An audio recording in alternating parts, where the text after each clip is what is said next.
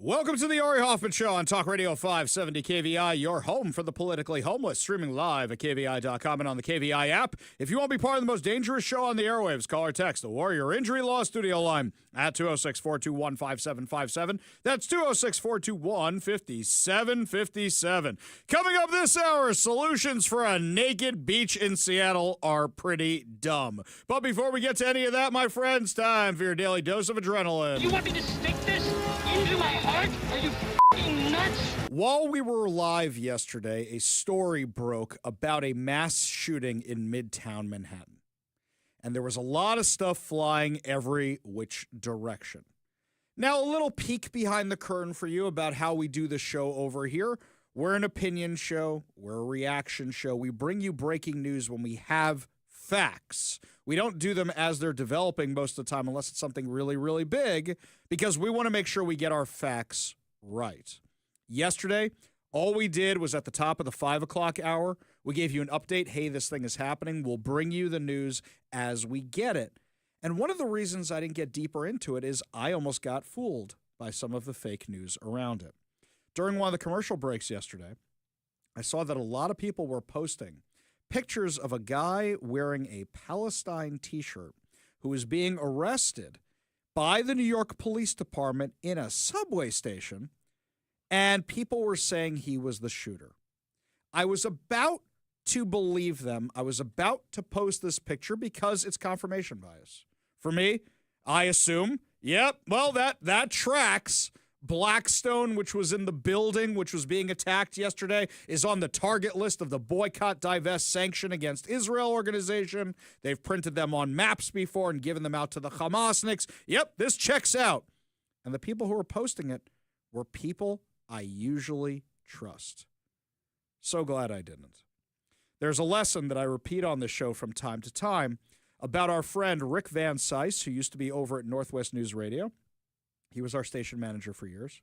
And I remember there was a story I did right when Mike and I started out together. And I did a story on social media, and I blew it. I got it really, really wrong. I had no training for this kind of stuff at the time, and I blew the story badly.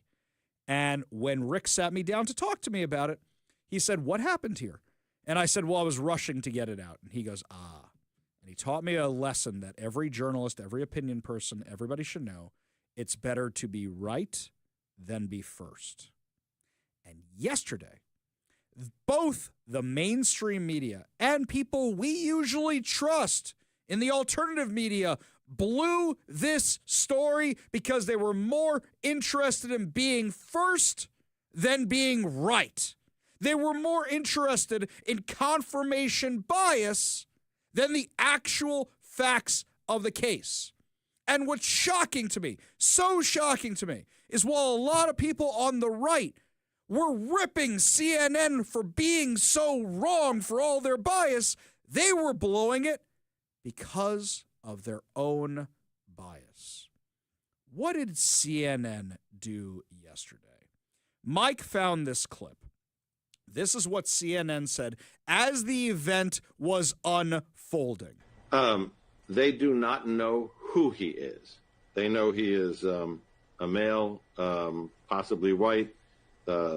He's wearing sunglasses. He appears to have a mustache. And that picture has been distributed to every police officer in New York City. Stop. Right there. That guy lied. That guy flat out lied. The picture he is talking about is a black man carrying an AR into the building wearing the sunglasses and a suit. He's literally describing the guy. But he's lying for his own narrative. By the way, CNN, never going to live this one down. Never going to live this one down. The memes today have been spectacular. I saw a picture of a black Chevy Suburban posted somewhere, and somebody goes, "Look, it's a white Chevy Suburban, CNN." They are not going to live that down because the anchor also didn't correct him. Now, I actually don't fault the anchor as much as I normally would. Why? Because the anchor probably hadn't seen the picture yet. I know what it's like when I'm live and I'm trusting Mike over there to give me the information. That clip yesterday, I hadn't heard it when Mike said, dude, you got to listen to this. I'm playing this right now. You got to listen to this. And we played it. I'm like, oh, whoa. But while everybody on the right was ripping CNN for running with this false narrative of it being a white guy, people on the right and people in the pro-Israel world and people in the anti-Hamas world were jumping, and a lot of them still haven't corrected it. Some of them because they were so happy they got the clicks, the thousands of clicks of that guy in the subway who got arrested at a nearby protest. They were so excited. They didn't delete it. Instead, what they did was they posted a response of a totally different dude. And this is the problem when everybody wants the clicks. Journalism today is motivated by the clicks, not by the facts. And unfortunately, this incident has exposed that it's not just the left that does it, but it's also the right that does it. Unfortunately, we've seen too many times where people say things for the clicks. How do you think Tucker Carlson has an audience still with the insane things he says? Or Candace Owens? Or Joy Reid? All the things they're saying are complete nonsense, but there's always somebody to give it a click, whether it's a human being, whether it's a bot. And people are doing it for the clicks. People actually died yesterday. People want to know who's responsible. And you want to know how bad it was? I had people messaging me yesterday after we went to see an early screening of The Naked Gun. I checked my phone. And there were a ton of people in my DMs who were saying, Ari, the guy who did the shooting yesterday, it was because he's anti-Israel. Why haven't you posted anything? Or Ari, can you confirm it's because he's anti-Israel? Because there's all these groups that are posting that. And they still have the posts up, just like CNN hasn't corrected that the dude was black and not white. Because it fits a narrative. When I first heard what was in the building, what were the two things we knew were in the building? Blackstone and the NFL. That's what we knew was in the building. And then when I saw the picture of the guy, what did I see towards the end of the show, Mike? You might remember this. I saw an interview, and I couldn't hear what the guy was saying, but he was in a football uniform, looked like in high school or college or something. And we didn't run with it at the time because I couldn't hear it. I didn't know the facts, but I said, I will bet you anything that this is a guy who's mad he didn't get drafted in the NFL. And he's taking it out on the NFL. And I remember when I went home to my wife, who, by the way, sends me a ton of my stories, is 100% reliable, had seen this stuff in the Israel world. She goes, what's the Israel angle on this? I said, there isn't an Israel angle on this. There's a lot of people getting the story wrong. And what happened was, this morning I wake up, and what do I find out? Yep, 100% about the football. So let's go over the actual facts of the story. A lone gunman, according to Fox News, walked into a Midtown Manhattan office building Monday afternoon and opened fire, killing 4 people, including an NYPD officer, before turning the gun on himself. Speaking at a press conference on Monday, New York City Police Commissioner Jessica Tisch identified the shooter as Shane Tamura, a 27-year-old Las Vegas resident with a history of mental health issues. Now, we have a question here. How'd this guy get a gun with mental health issues? We don't have the answer to that yet. Tisch said the gunman drove across state lines, with his vehicle having been seen as recently as 4:24 p.m. Monday in Columbia, New Jersey, not long before he unleashed a barrage of gunfire. Tamura was armed with a rifle and first opened fire in the lobby of the building at 52nd Street and Park Avenue. Now, this is towards the end of rush hour, which means there's a ton of people in Midtown Manhattan, even during the summer this time of day. So let's see, Mike, we started seeing things about this around 3:30 our time, which means it's around 6:30 New York time, which means, yeah, rush hour is still going on. There's still a ton of people around. He went to another floor, shot people there before going to the 33rd floor and shooting himself. Now, Tamura, who worked as an overnight security job at the Horseshoe Las Vegas, did not show up for his last shift. The building he entered and opened fire, 345 Park Avenue, is a commercial building where tenants include the NFL, Rooted Management, KPMG, and Blackstone. So apparently the reason he didn't get to the NFL floor was because he took the wrong elevators. Anybody who's been to the Columbia Tower knows this is how it works. You know, some of the elevators say it goes towards floor 1 through 12 and 30 through 100 or whatever the case may be. He went to the wrong elevator bank, is what seems like happened. A suicide note found in Tamura's possession claimed he was suffering from chronic traumatic, and I can't even pronounce this word, but you know it as CTE. That's the head injuries that football players get from too many impacts to the head. And this is the one that they did the whole movie on with Will Smith. This is what they think O.J. Simpson had. But the problem with CTE is you can't diagnose it until they're dead. And apparently, what the note asks for is for people to study his brain to see if he had CTE, which he is convinced he got when he was playing high school football. Early records show Tamura played football at Grenada Hills Charter in Grenada Hills, California, which is about 25 miles northwest of Los Angeles. Chiss said the letter spoke to a possible motive, noting that he blamed the NFL for his potential diagnosis and mentioned the 2013 Frontline documentary on CTE. Officers found a rifle case with rounds, a loaded revolver, ammunition and magazines, a backpack, and a medication prescribed to him in his car at the scene. Now, this guy shot himself with the rifle, is the knowledge we have right now. But apparently he meant to take the revolver with him to shoot himself with the revolver and then had to shoot himself with the long gun instead. The vehicle was searched by the NYPD bomb squad, but found to be clear of explosives. Documents obtained by Fox News Digital indicate that Tamura had a concealed carry permit and was issued on June 14, 2022, and was valid for 5 years. I have a lot of questions here, guys. You have a guy with a mental health history. How did he become a security guard? How did he get a concealed carry permit? How'd any of this happen? How'd he get a gun? I have a lot of questions about that, and those questions should really be answered. Apparently, the AR-15 style rifle was assembled by Tamura using a lower receiver purchased by an associate, so that may explain the gun situation. They're trying to figure out his entire story.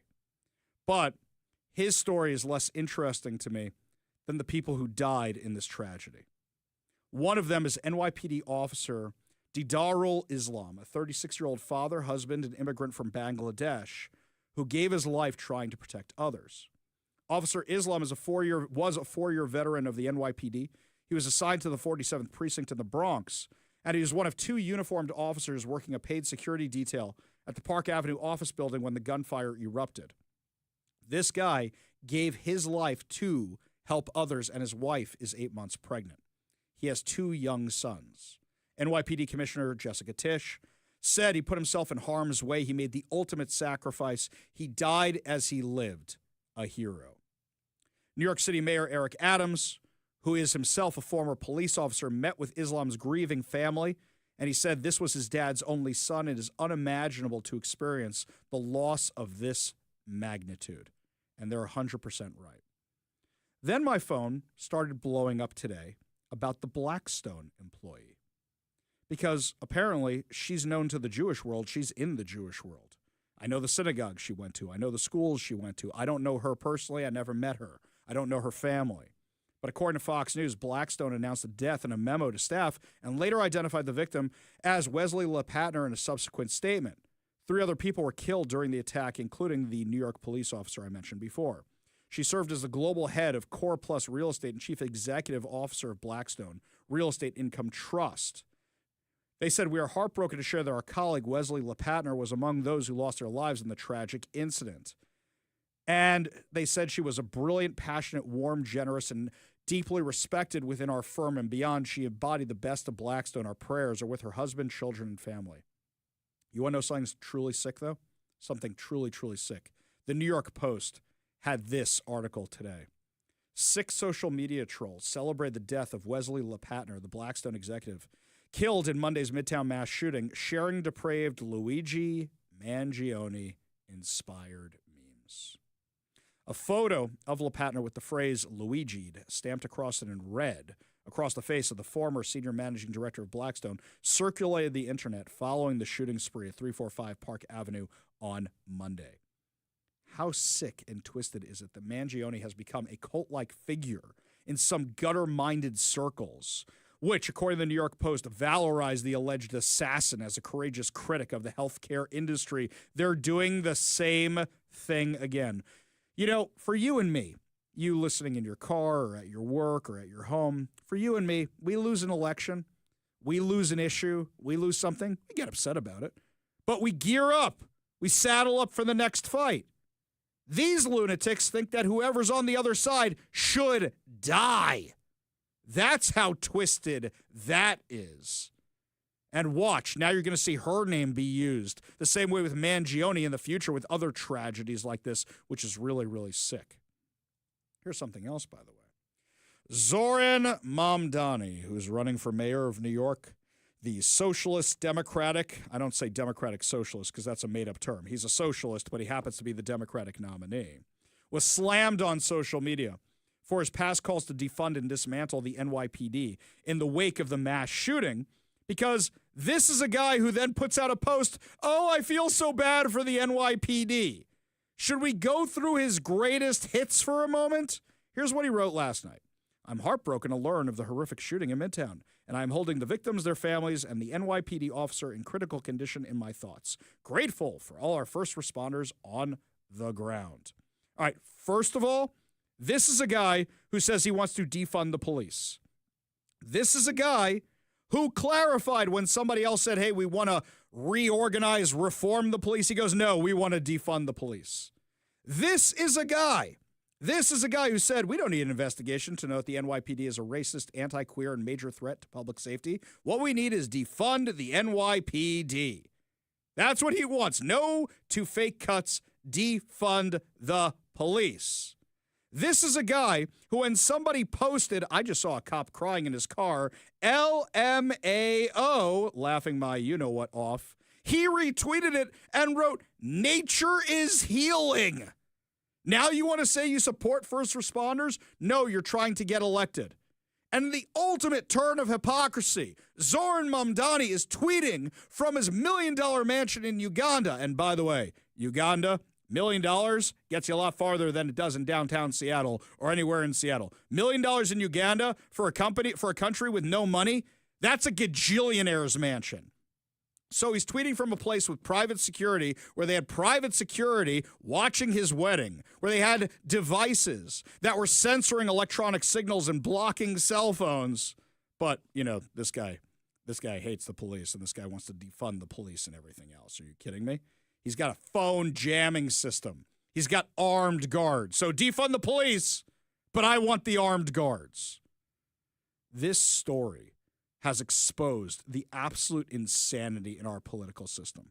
Aside from the problems with our media that just post their own narrative, whether it's on the right or whether it's on the left, just to get the clicks, but also that politicians will say anything to get elected.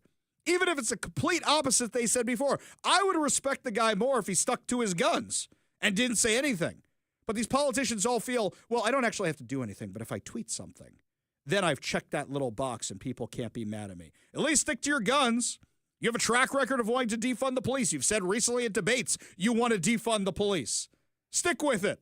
You know, here, Mike, I'm going to do this as if I'm him for a minute. You want to know how you do something like this? You say, "Now, if only we had defunded the police and gone with a community-based response, they wouldn't have been there." Now, it would have been stupid, it would have been dumb, but at least it would have been consistent. There is no moral consistency. Once again, Mamdani was just doing it for the clicks. I am so tired of every time there is one of these tragedies, everybody trying to use it to further their own political agenda. A woman who had 2 young kids and a husband is dead. A cop who had young kids and a pregnant wife and was his father's only son is dead. And you know why you're not hearing that much about the shooting today?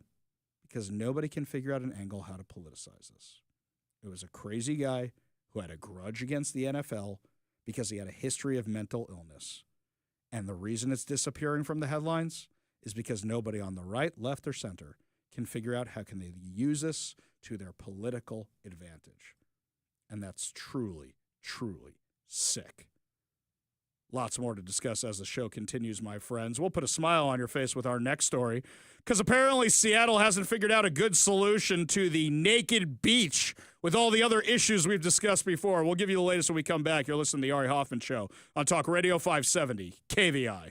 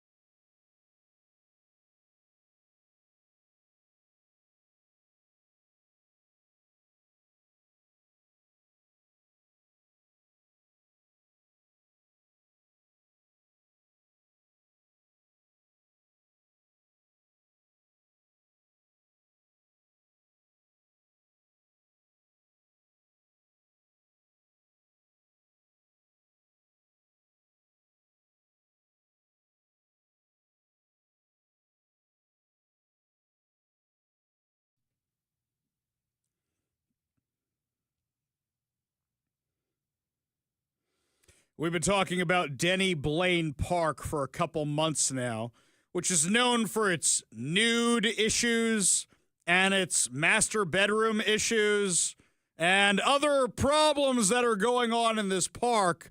Shall we just say public lewdness? Shall we just say that? Well, my friends, the government was ordered to do something about it or shut down the park, and now they have a solution. Are you ready for the big solution? To deal with all the master bedrooming up in the trees and all the other insanity that's going on in this park? Half the park is going to be for nudity, and the other half is not going to be for nudity. Oh, solved! Oh, the problem is solved, because I'm sure people will listen to those signs as much as they listen to the gun-free zone signs that were all over the place in Midtown Manhattan, right? I'm sure they are going to. Now, over here, you gotta wear clothes, but over here you don't. You know, people might get confused. If half the park is allowed to be nude and the other half of the park, they may think, well, I'm only allowed to be half nude. So today's tops and tomorrow's bottoms, or whatever the case may be. This is the city's plan to fix all the shenanigans and crime and assaults and homeless people and lewdness and you name it that's going on there in the park. Neighbors told Como News they want to protect the rights of nudists and LGBTQ park users. Okay, guys, I'm just going to say this. What about my rights? Okay, I have the right to drive past that thing and not see what you see going on in that park. Okay, this reminds me. There are these people who live near a building I do property management for, and we were building a second story on the thing. And they got all mad because they said, we like to skinny dip in our hot tub, and you might see us. And I'm thinking to myself, I didn't even know you people had a hot tub. I can't see it. There's trees everywhere blocking everything. And they go, we have a hot tub, and you're going to see. And we go to the top floor, and you can't even see that they have a hot tub. And they asked us to plant trees and all this other stuff, even though there are tons of trees already. And I'm just thinking to myself, what a weird thing. What a weird thing you want to do. It's a little strange. Within hours of the city's plan being released Monday, some people argued it doesn't do enough to keep homeowners and park goers safe. Yeah, I don't know. How about you guys just try assigning cops? Oh, right. I forgot. We don't have enough police officers to deal with crime. So I don't think we have enough time to deal with public nudity. I hope some judge shuts this park down. It's just going to be fun to watch. Meanwhile, other things we don't have enough people to deal with. This one here from Como News. A Seattle-based artist said thieves stole more than $1,500 worth of merchandise from her booth at the Bite of Seattle Festival over the weekend, despite being told there would be security at the event overnight. By the way, I feel for Courtney Leanne. I had an event where I was running the Bounce House Company years ago in Seattle. I won't say which one. And they told me there was going to be security there. My staff gets there in the morning, and the homeless had stolen all our generators and everything else we needed for the bounce houses. I know exactly what this poor woman is going through. I really, really do. She said it cost her nearly $1,000 to secure a vendor spot at the festival. You know, I know exactly how this happened, by the way. I was talking with Kevin about this on Friday, Mike, when you were gone. I was walking to get a coffee. I didn't even know it was Bite of Seattle. I'm walking over there, and there's a dude sleeping in front of Climate Pledge Arena right there on the ground that I almost stepped on him. I didn't even realize he was there. He was in such an awkward spot. And I said, wait a second. You are literally steps away from Bite of Seattle. You didn't clean all this up beforehand? So what do you think that place is going to be like at night? Is anybody surprised? Seattle police confirmed the theft report and stated that, to their knowledge, there are no other reports of theft from the Bite of Seattle. But mind you, I wonder which other booths got hit that didn't happen to say anything. One of the reasons the news is covering this is because all her stuff is Pride-themed. So they're trying to make it seem like it's an attack and that. No, it's another day in Seattle. I feel bad for this business owner. I really, really do. You pay $1,000 to be at the event. You're told there's going to be security. I've had the exact same thing happen to me. But unfortunately, it's just another day in Seattle. If you can't keep Bite of Seattle safe, how can you keep anything else safe? You want another weird one? Here's another one here. This one's crazy. A deputies say that a man faked a seizure to avoid an arrest in University Place. They say he had a domestic violence warrant. Pierce County Sheriff said that around 10 p.m. on Saturday, a University Place deputy made a traffic stop on a car with no front license plate. Body cam footage shows the driver admitting not having a driver's license, telling the deputy he was homeless and living in his car. A short time later, they learned he had a domestic violence warrant out of Kitsap County. They told him to step out of the car. He bolted, ran towards a nearby home, tried to get inside, and then after he's talking about his situation, he fakes a seizure on the ground. It's the weirdest day for news in Seattle today. It really, really is. We go to the Warrior Injury Law studio line, take a call from Wally and Lacey. Wally, what's up? Yeah, about how people are getting a hold of firearms. Mm-hmm. On Form 4473, I believe, near the bottom, it has a line, have you ever been declared, adjudicated mentally incompetent, a danger to yourself, a danger to others, or involuntarily committed? I only think one state, and it may be Washington State, says history of mental illness. Mm-hmm. If they've never been treated, they may not even know they have a mental illness, and they can honestly answer the question no and get a hold of a firearm and then have a breakdown. So you mean pulling a Hunter Biden where you say, no, I don't have a drug problem, and then buy a firearm? Yes. And if they have been adjudicated mentally incompetent, they're going to not be they're going to be able to just answer whatever they want on the form because they're incompetent. Well, let me ask you this, Wally. Let me ask you this. When they do the background check, does mental health issues come up in the background check? No, I don't think so. There's no database. So then that's a bigger problem. And every time somebody says common sense gun reform or gun control or anything like that, all the left actually means when they actually say those kind of things is we want to take away your firearms. They're not doing things that are actually common sense like that. Wally, appreciate the call. Right. Appreciate the information. Appreciate you being part of the show. You want to be part of the show, give us a call or text at 206-421-5757. That's 206-421-5757. When we come back, my friends, the mainstream media has to eat crow on Trump's tariffs because they are turning out to be a huge success. We'll tell you all about how successful when we come back. You're listening to the Ari Hoffman Show on Talk Radio 570 KVI.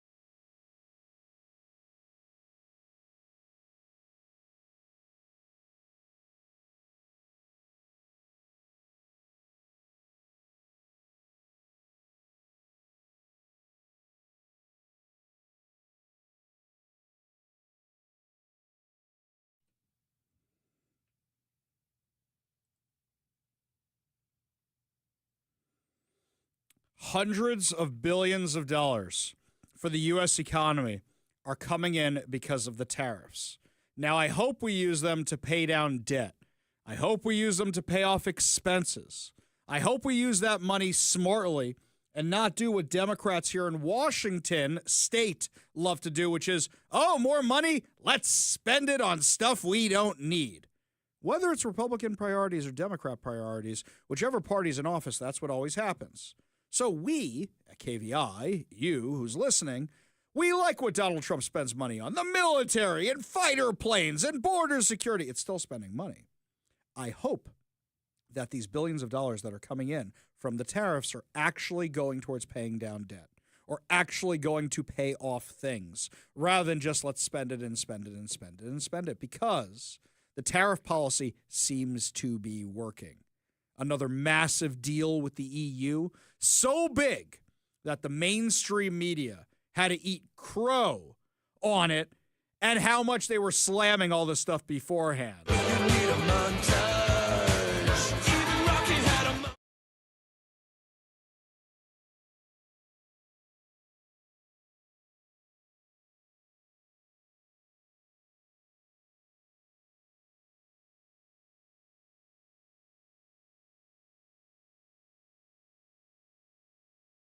In President Trump's effort to effectively reshape the global trading order. On this deal, the European Union, this is a big win for the U.S.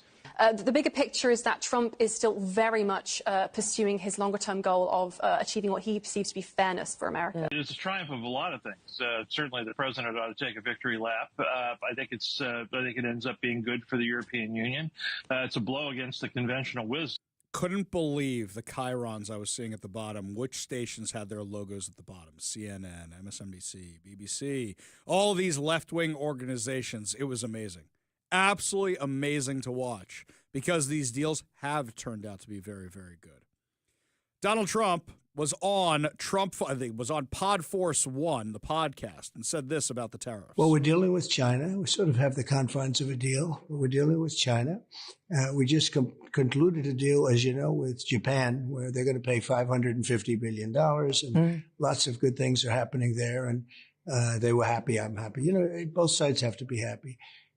But we're taking in hundreds of billions of dollars. Look, we were a dead country a year ago, and now we're the most vibrant. We're the coolest country, they say, in the world. But I think we're the most successful country in the world right now. We're doing numbers that nobody would have believed is really even possible. Because, as we were discussing yesterday, everybody wants Americans as their consumers. Everybody wants Americans buying the things we buy from their country. I couldn't believe I saw this op-ed from Nicole Russell over in USA Today. I couldn't believe USA Today ran this, which is a pro-Trump, pro-tariff article. Between golf rounds in Scotland, President Donald Trump secured a deal with the European Union this weekend that promises an extraordinary boon for American workers. After months of negotiations, the EU succumbed to Trump's pressure on trade, agreeing to 15% tariffs on most U.S. imports from Europe. The EU also agreed to buy $750 billion worth of oil, gas, and nuclear energy from U.S. energy producers over the next 3 years, and Europe's governing body agreed to invest $600 billion in U.S. operations. You realize what this does for the oil industry? You realize what this does for the gas industry? The EU deal is a big deal on multiple fronts, she writes. When Trump threatened high tariffs in April, stock markets plummeted. Critics claimed Trump was wrecking the economy, and analysts raised fears of recession this year. 3 months later, the NASDAQ and S&P 500 have set multiple record highs. Job growth is strong, and forecasters expect a healthy growth in gross domestic product when the second quarter number is released this week. She says, I've heard a few critics, save perhaps comedian Bill Maher, acknowledge that tariffs functioned as excellent leverage to persuade countries to agree to more favorable trade deals with the U.S. Many of those critics underestimated the president's negotiation skills. The Financial Times reported that one European ambassador remarked Trump worked out exactly where our pain threshold is. By the way, Bill Maher is one of the few people that gives Trump credit all the time. He really, really does. He hates him on a lot of stuff, but he does give him the credit. The decades-long push for young people to attend college rather than gain the skills necessary to work in a trade has created a labor gap. A McKinsey study released in 2024, found that manufacturers and construction companies face a hiring crunch for carpenters, electricians, welders, and plumbers. These guys must be listening to the Ari Hoffman Show. How often do we talk about that? Why are you going into debt sending your kids to college just so they can major in lesbian dance theory or underwater basket weaving or whatever nonsense, or performing arts, right? Any of that kind of stuff. When instead they could get a job and be debt-free and be making more money than the people who are working at Starbucks as baristas. This EU deal might help change that, as hundreds of billions of dollars are poured into the energy industry and other sectors. The financial incentives to work in the skilled trades could well be better than ever. Mike Rowe, former host of the TV show Dirty Jobs, has become an ambassador for blue-collar employment via his foundation, which offers scholarships to help young people complete a trade program. Last week, Rowe told Brian Kilmeade on Fox News that paralegal and anything creative, writing, and general coding AI is going to come for those jobs. But Rowe said there's never been a better time to be a skilled laborer. We are entering the golden age of plumbing, steam fitting, pipe fitting, welding, HVAC. Those jobs are not going to be impacted by artificial intelligence. And he is 100% correct. Are you tired of the winning? I'm most certainly not. We go to the Warrior Injury Law studio line, take a call from Leonard in Shoreline. Leonard, what's up? Oh, nothing much. You know, you talked about CTE, which is called chronic traumatic encephalopathy. That's the word you couldn't pronounce. And I did a little study up on it, and I heard, too, that also not only messes up the brain, but also causes dementia. Well, there's a lot of things that messes up, and this guy clearly had a history of mental illness, whether it was because of CTE or whether it was because of something else and he convinced himself he had CTE. We may never know, but somebody who is normal does not go and shoot up a building. Leonard, appreciate the call. Appreciate you being part of the show. Appreciate the knowledge. You want to be part of the show? You give us a call or a text at 206-421-5757. That's 206-421-5757. When we come back, my friends, the left's meltdown over Sydney Sweeney's ads has reached an insane level. We'll tell you about it when we come back. You're listening to the Ari Hoffman Show on Talk Radio 570 KBI.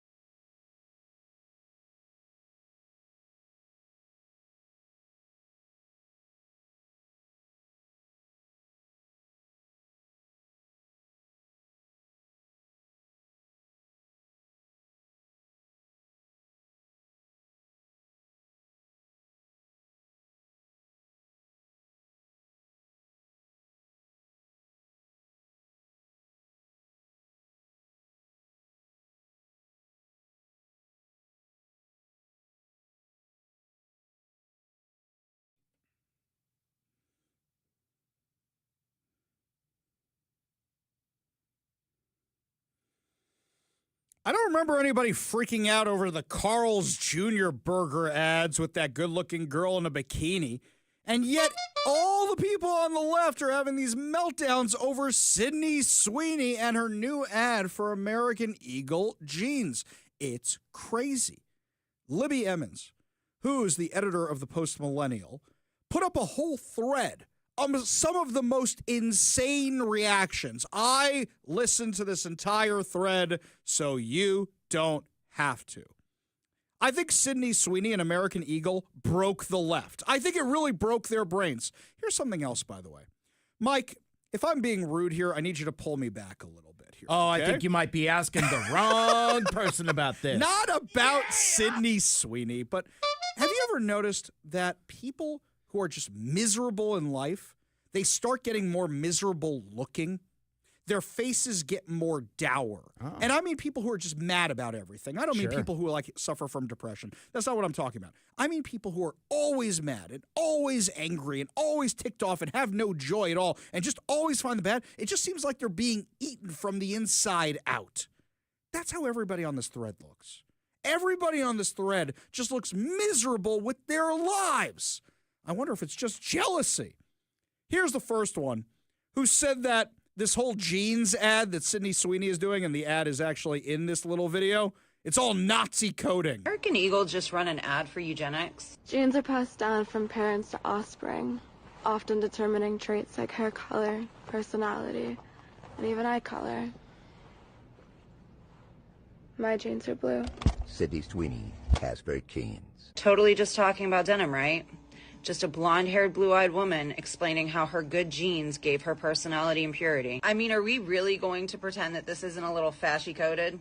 Look, I'm not saying that Sydney Sweeney personally wrote this ad to revive the Third Reich, but American Eagle absolutely knew what they were doing here. You don't get to drop lines about inherited traits, blue eyes, and great genes while zooming in on somebody that could have walked straight off of a Nazi propaganda poster and expect people not to catch that reference. Good genes used to mean racial purity in fascist circles, and now it's just denim marketing. We are watching fascist aesthetics sneak back into pop culture through fashion ads, trad wife influencers, and yes, now blue jeans. If you think this was an innocent ad, you have not been paying attention.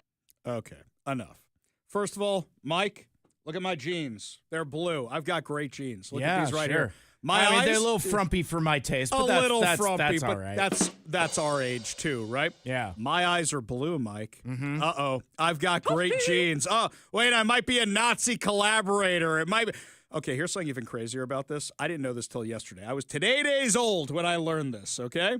That American Eagle sells frumpy-ass jeans? I've never owned American Eagle jeans to my knowledge. I have no idea what's on the back. I remember when they had the button-up fly, and then I remember quickly getting rid of the button-up fly because it was a lot more work. Yeah, I remember that for like half a minute. Okay. American Eagle is owned by the Schottenstein family. The Schottenstein family? Orthodox Jews, by the way, but they're all a bunch of Nazis with their Nazi propaganda, right? Just making sure I got that. This one is from a trans activist. This trans activist, let's just say, okay, let me describe her for you. A little on the heavier side, but she's got that nose ring where it's the circle underneath bridging the middle and then the studs in the sides, and she's got the trans flag behind her, everything. Here's what she says about the Septum jeans. nearly killed him. Oh, that's what they're called, right? The septum ring. Should we be surprised that a company whose name is literally American Eagle is making fascist propaganda like this? Probably not, but it's still really shocking. Like, a blonde-haired, blue-eyed white woman is talking about her good genes. Like, that is Nazi propaganda. I also am thinking about, like, all of the young girls who are doing their back-to-school shopping right now at places like American Eagle who are seeing ads like this. Yikes. Also, American Eagle is mostly a brand that, like, teenagers to like young adults shop at, and so the fact that like this type of advertising is being used that feels so for the male gaze and so over sexualized. Oh, stop. She then gets mad about the Brooke Shields ads in the 80s. Hey, those were formative to all of our childhoods, okay? They just don't get it. They're just miserable, bitter people. And they're also mad that the other marketing didn't work all these years and destroyed a lot of companies. Lots more to discuss as the show continues. When we come back, my friends, more of your calls, more of your texts, plus your chance to take the trip or keep the cash in our latest giveaway. You're listening to the Ari Hoffman Show on Talk Radio 570 KVI.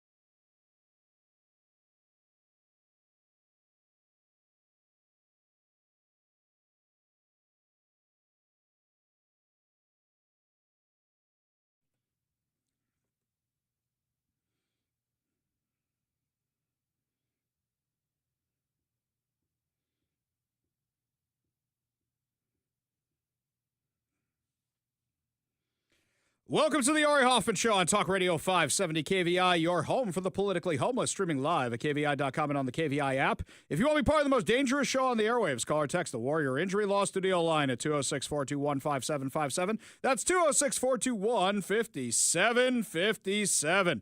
Coming up this hour, the numbers are in on California's minimum wage, and it's a disaster. Yet, Seattle's forging ahead with their own. But before we get to any of that, my friends, you work hard, you play hard. You need a getaway. Perhaps you need some financial relief. We've got you covered with KVI's Take the Trip or Keep the Cash.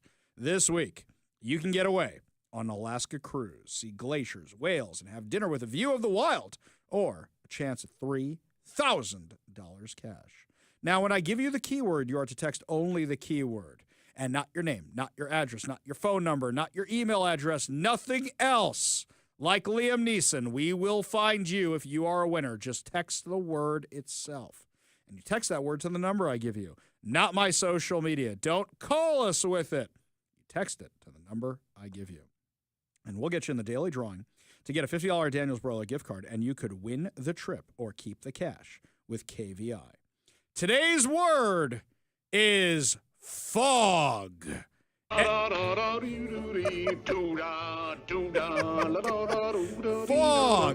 F-O-G. As in fog of war. As in fog out in the bay. As in London fog. As in foghorn leghorn. I was getting there. I was getting there. The last 4 times we've done this word. I was getting to the foghorn leghorn. I was getting there. As in foghorn leghorn. All this stuff. Text the word fog, as in foghorn leghorn, to 206-421-5757. That's 206-421-5757. You have until 5 p.m. to enter. Your next chance at winning comes tomorrow at 8 a.m. Now, remember to check out danielsbroiler.com to reserve a table, place your takeout delivery order, and so much more. Is there anywhere you can even stream Foghorn Leghorn anymore? Oh, probably not. Probably, I would say no. Super canceled. Yeah, him and the skunk, right? Oh, sure. You can't see Pepe Le Pew. No, nowhere anymore. Sex Pest. Yeah, definitely Sex Pest. Pepe Le Pew. So remember, enter the word fog to 206-421-5757 before 5 o'clock today. We go to the Warrior Injury Law Studio line, take a call from John and Kent. John, what's going on? Yeah, being you're a movie guy, you know how our refugee from Seattle that owns Amazon and he's looking for a James Bond? Yes. Have you ever heard of a guy named Jason Statham? Jason Statham. Yes, we love him on the show. The working man. We like him. Yes. Yes. Well, you know what? They talking about getting a young guy for Bond, and even when Sean was first Bond, Sean he was balding like Statham. Yeah, but they got him a hairpiece. Also, I don't think he was balding right away. He started balding later, like in the 80s. No. But here's the thing with Statham, okay? I remember the backlash when Daniel Craig got hired because he was a blonde Bond. I can't even imagine the bald Bond. But here's the other thing. Idris Elba was asked about this recently. He goes, I'm kind of old. I got a lot of gray to be playing James Bond. You remember what Sean Connery looked like in Diamonds Are Forever? He didn't look good. Yeah, I saw it, but What about Henry Cavill? How about we have the Superman? He's not playing Superman anymore. How about we have him be James Bond? He'd be great at it. He's British. Oh, yeah. But the thing I like about Statham, and I don't know how many of his movies you've seen, but I saw one that I don't know the name of. It had to do with bank jobs and The Italian Job, probably. Yeah, The Italian Job. That's a good one. I think he'd be a great James Bond, but I think at this point, I like his other movies. I like his ridiculous stuff. Not sure about James Bond. Tell you what, though, guys. You want to see Jason Statham as James Bond, you give us a call or text at 206-421-5757. That's 206-421-5757. John, appreciate the call. Appreciate you being part of the show. Tanya says, on our last segment about Sydney Sweeney and her jeans, Ari, I have friends in their 50s and 60s, and we wear American Eagle jeans, says Tanya in Georgetown, Texas, formerly of Granite Falls, Washington. You know what? I think we're doing this whole Sydney Sweeney thing wrong. I think the left is all mad about the wrong thing. I think we need a different spokesperson. I think you know who we need? President Donald Trump. I mean, how a guy who eats McDonald's and fried chicks and all those Diet Cokes and who never exercises is in as good a shape as you say he's in. It's called genetics. Some people have, just great genes. Donald Trump has great genes. Right? Why don't we have Donald Trump be the spokesperson? Donald Trump has great genes. Thank you to our friend Mazemore over on Twitter for that one. I thought that one was the best parody I've seen so far. That one was pretty entertaining. This one here from Reggie. I'm hoping that this gene company already has several other ads ready to roll out featuring a beautiful black woman talking about her black genes, that she's wearing her DNA genes. Oh, my God. Oh, the two of them together in a car, sort of Thelma and Louise, both saying the same words but not using anything that's typical of race. Oh, that's funny. Very good, Reggie. That's a good one. Switching gears over to what's happening here in Washington, I noticed the ships were coming in for Fleet Week today for Seafair. And I was very excited. I love Seafair. Seafair is so much fun. And now that Fleet Week is here, that means Seafair. Okay, I know those of you that say Seafair is the whole month, Hoffman. Yes, I know. It's the Hydros and the Blues this weekend. Yes, I know the terminology, right? But for many people, this means Seafair. So the ships were coming in today. I was very excited. Saw them right outside my window. So I thought, gee, let me check the schedule and see if I can actually make it down to Fleet Week. So I'm looking at all the details. I'm looking at all the stuff I need to go see the ships and the ships that are here. What are the two ships that are here? We've got the USS Jack H. Lucas. And we also have, what's the other one? The USS Somerset are both coming into town. Now, what's funny about this is ship tours are completely free. They're open to the public from 10 a.m. to 3 p.m. Thursday, July 31st through Sunday, August 3rd. All good. All good. The only thing you have to do is your government-issued real ID is required to participate in ship tours. Now, if you have a passport, that should work, right? But what I find funny about this is you need ID to go do the ship tours. Don't need ID to vote here in Washington, but you need it for the ship tours. I know. One's Washington, one's the U.S. military. I get it. Believe me, I get it. But the irony just cracks me up. Absolutely cracks me up. Watch the lunatics lose their minds over this. Oh, wait, I forgot. Our friend Transit Joe sent me these overnight. So there's a whole bunch of flyers about protesting the Blue Angels. This is their cause du jour. Now, these flyers that Transit Joe sent me, the cause heads, are planning to protest the Blue Angels coming to Seafair, and they're also protesting ICE, Boeing, the U.S. military, and whatever else is fashionable. I'm not even sure they know what they're protesting. But you remember we did the story of the cat lady a few days ago? The cat lady who is suing the Blue Angels because she's claiming that the Blue Angels killed her cat? That's right. The lady who says that the Blue Angels gave her cat anxiety in 2023, so rather than leave town, she stuck around in 2024 so her cat could get more anxiety, and then she euthanized the cat. So she's blaming the Blue Angels for her euthanizing the cat. Okay. Well, she was claiming the noise was a problem, and now you've got all these protesters who are saying they're too loud. This happens every year, by the way. And now they've got a billboard. Oh, they're too loud. They're evil. It's kind of funny. Because I noticed that on their little flyers for the Blue Angels, for, it's too loud, bring signs and noisemakers. Wait, hang on. So it's too loud, but you want to bring noisemakers. I'm just making sure I'm following you there. Now, the problem is these guys are actually going to be at Ruby Chow Park on Thursday. Ruby Chow Park is that little stretch of grass right outside Boeing Field in the Georgetown neighborhood where a lot of people go to watch the Blue Angels take off because they fly right over you, and it's awesome.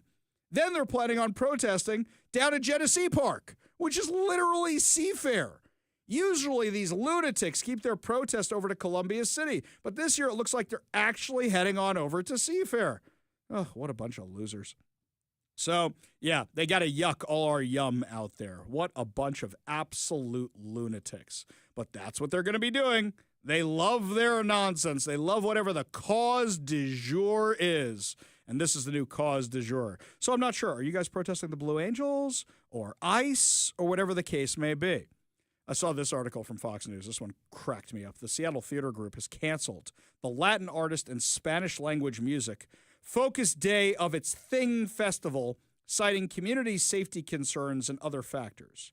The event, originally scheduled for August 16th in Carnation, was one of the 4 August Saturdays the festivals take place across and was specifically features some of music's most exceptional Latinx, here we go, and Spanish language artists. By the way, I know a lot of Hispanic people, and none of them like the term Latinx.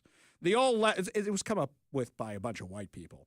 The all-Latin date would have been headlined by Los Angeles-based soul group The Sincers, Chilean-Mexican pop group Mon Laferte, and Yakima Cerrillo stars Yuriza.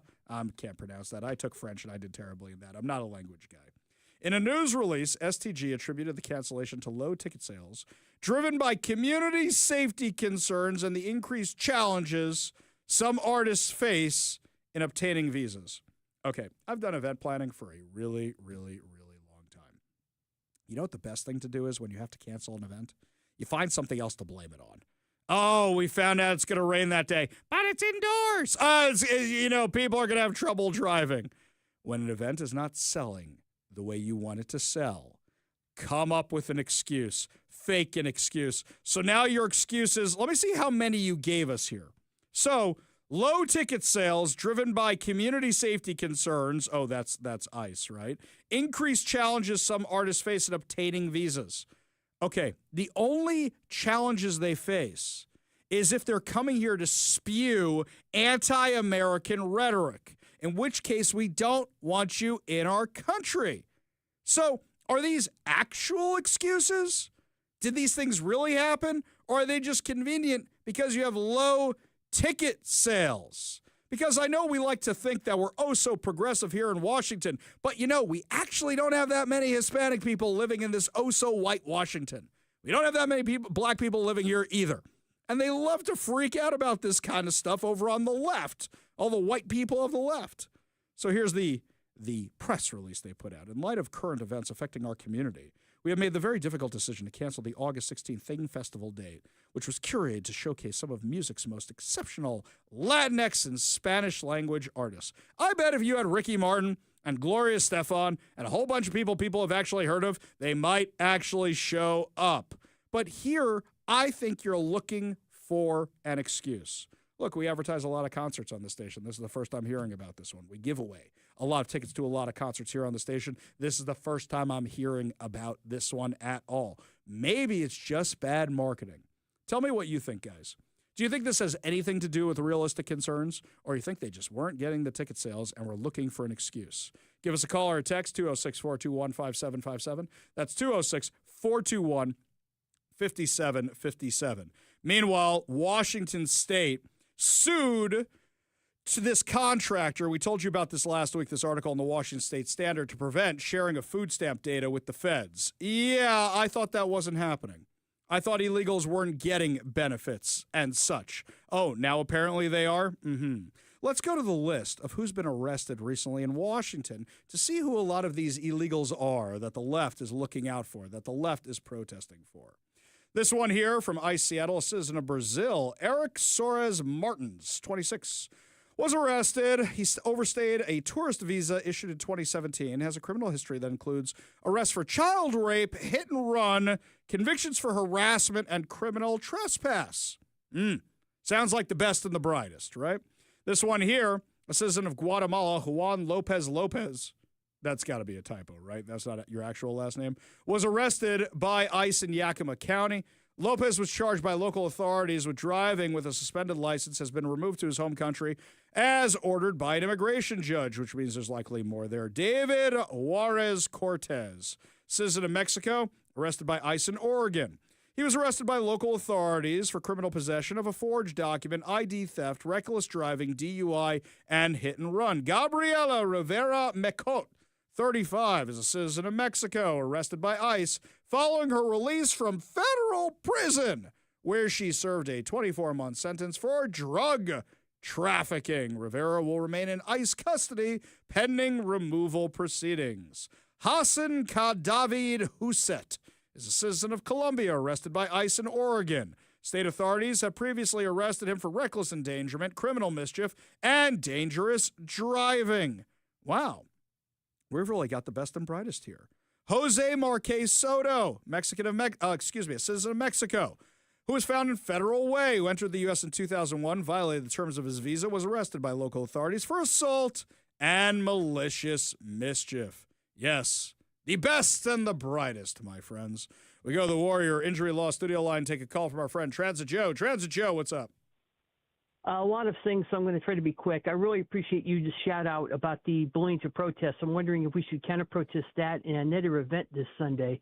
Well, you know what I think we should do? I think we should go over there and play the Top Gun music while the jets are roaring above us. Don't disturb your neighbors, though, right?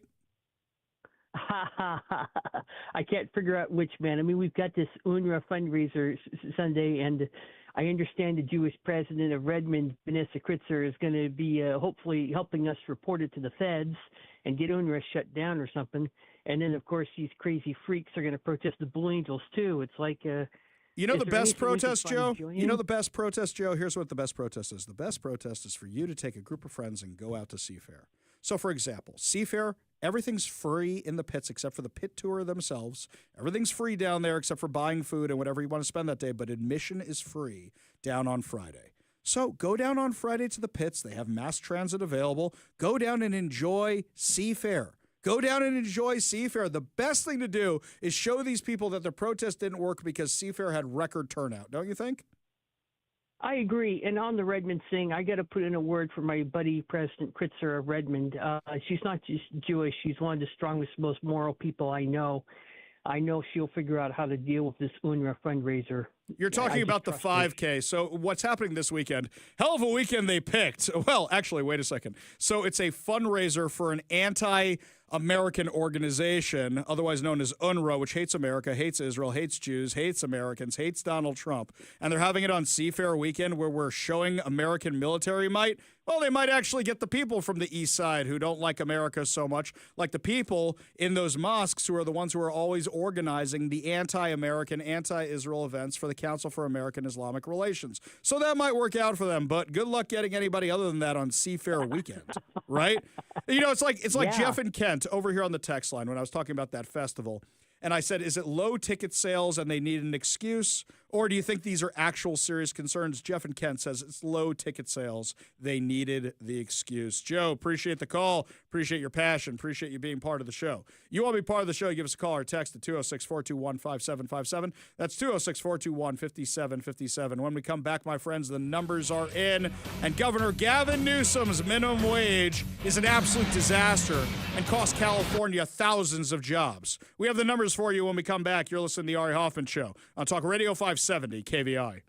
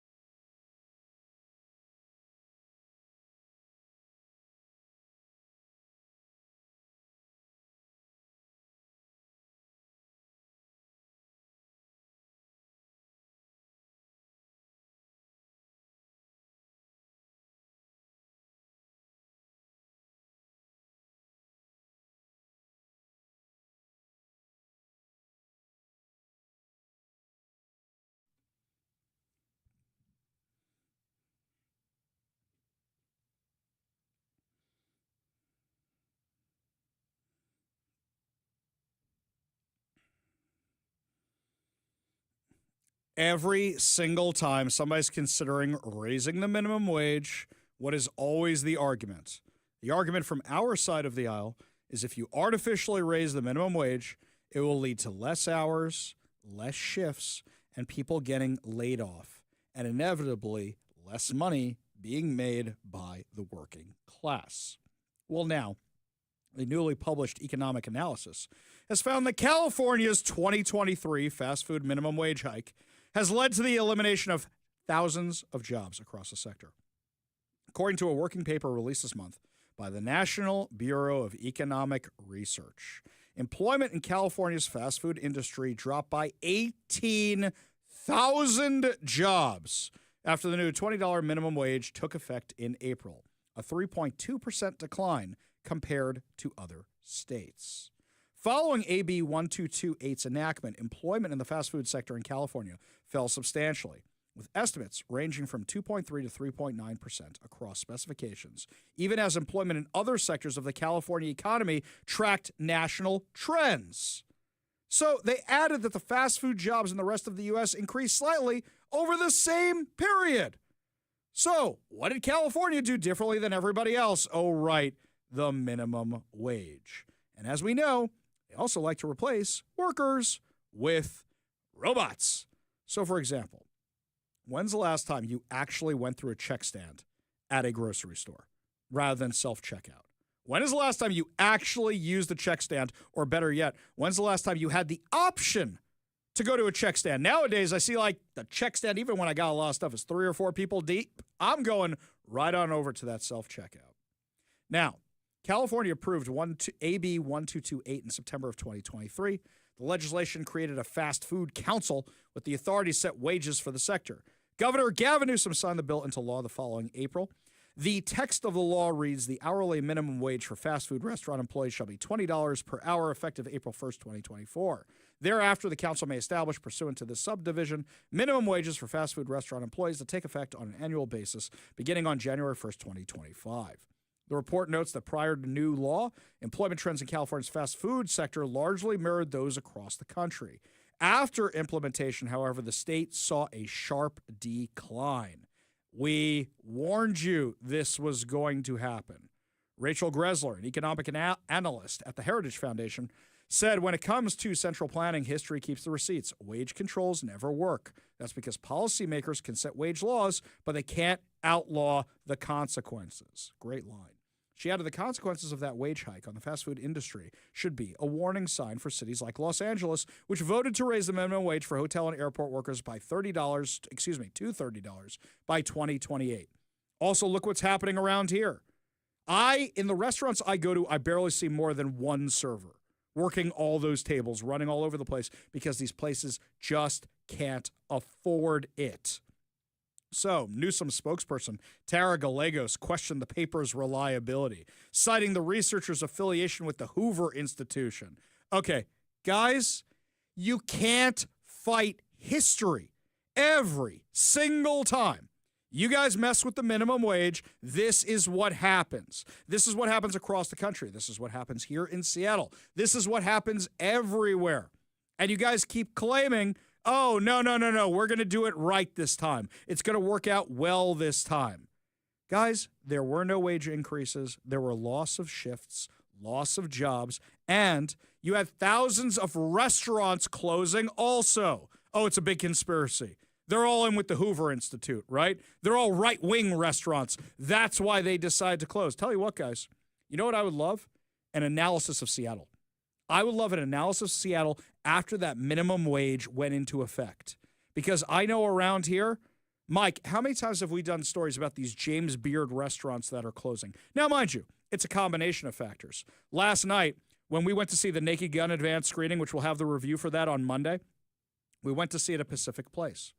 Pacific Place is a ghost town. So much so that my father-in-law and brother-in-law came with me to see the movie, and they almost never go to Pacific Place anymore. They haven't been there in years. They came down there, and they couldn't believe how empty it was, how few stores there are.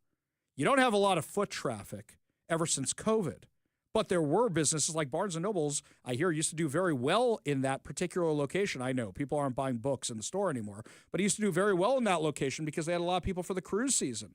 You don't even see seasonal businesses. There's not even a Spirit of Halloween that opens down there anymore. It's just a ghost town. I don't know how the owners keep that place going. Meanwhile, you know what? Maybe this person's affiliated with the Hoover Institute too.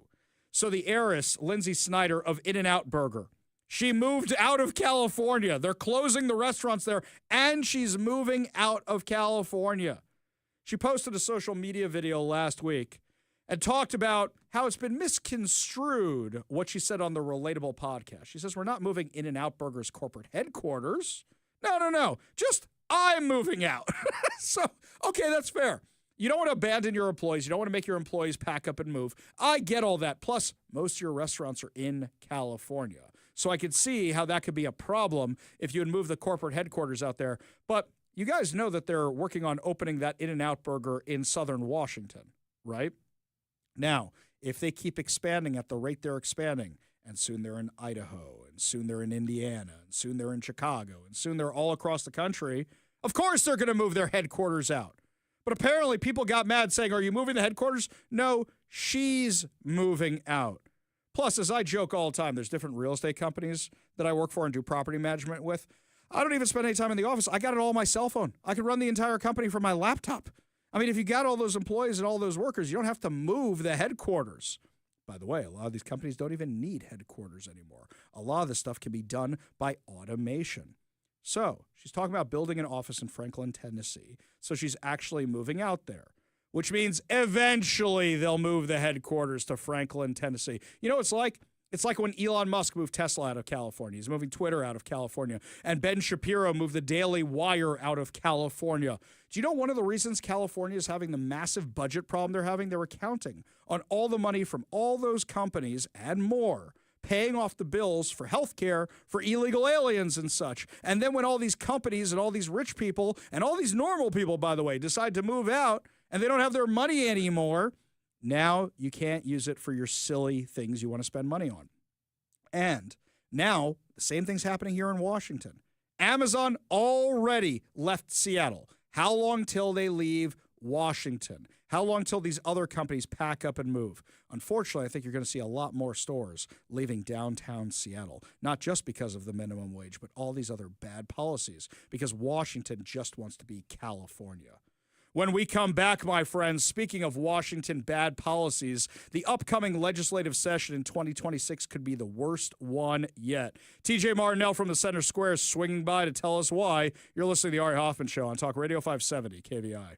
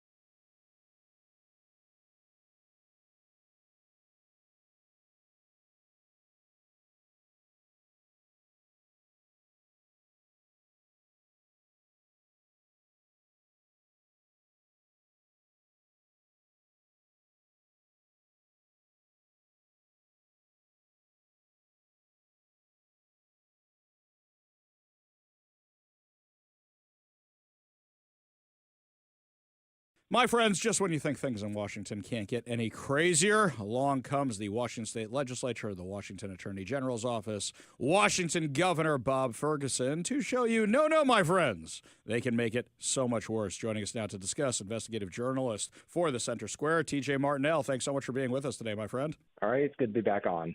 Pleasure to have you. So let's first talk about what's going on over at WashDOT. You would think they would be fixing roads. You would think they would be fixing bridges.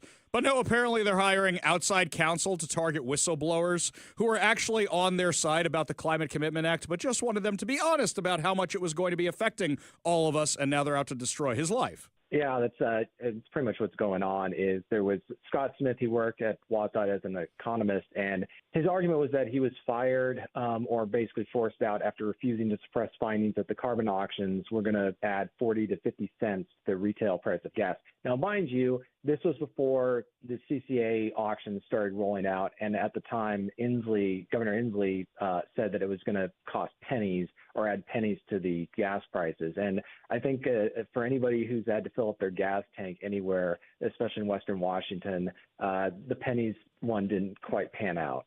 Okay, so we know that the pennies was a flat-out lie. We know that everything they said was a flat-out lie. We know this thing jacked utility rates. And actually, I remember I filed a public disclosure request from the Washington Attorney General's office. Bob Ferguson was the Washington Attorney General at the time, to find out what he had told Puget Sound Energy and other utility companies, because a story came out saying that he had told them not to mention the Climate Commitment Act. Well, when I filed that, I got back page after page after page of redacted.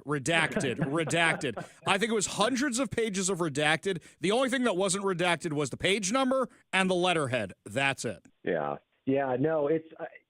I think the interesting thing about this story that can easily get lost, because what ended up happening is he filed the lawsuit, and then Scott Smith ended up filing for a voluntary dismissal of the lawsuit, claiming that it was just physically and emotionally exhausting. And for people who don't know about litigation and depositions, all that, that is a lot of work, and it also takes up a lot of time, and it also is just an incredibly intrusive process. So for anybody, I think anybody who's had a lawyer who's about to file a lawsuit, say, if you don't settle, this is what you're going to have to go through. So, but what happened after he did the voluntary dismissal, WashDOT, through Pacifica Law Group, is seeking sanctions against both Smith and the Citizen Action Defense Fund to get them to pay state agencies costs and fees associated with the lawsuit. Which is crazy. They're getting an outside company to do that. And this is something where the guy dropped the lawsuit, which probably would have been in an even bigger settlement range. Now they're going after him for the legal costs. They have no problem spending the money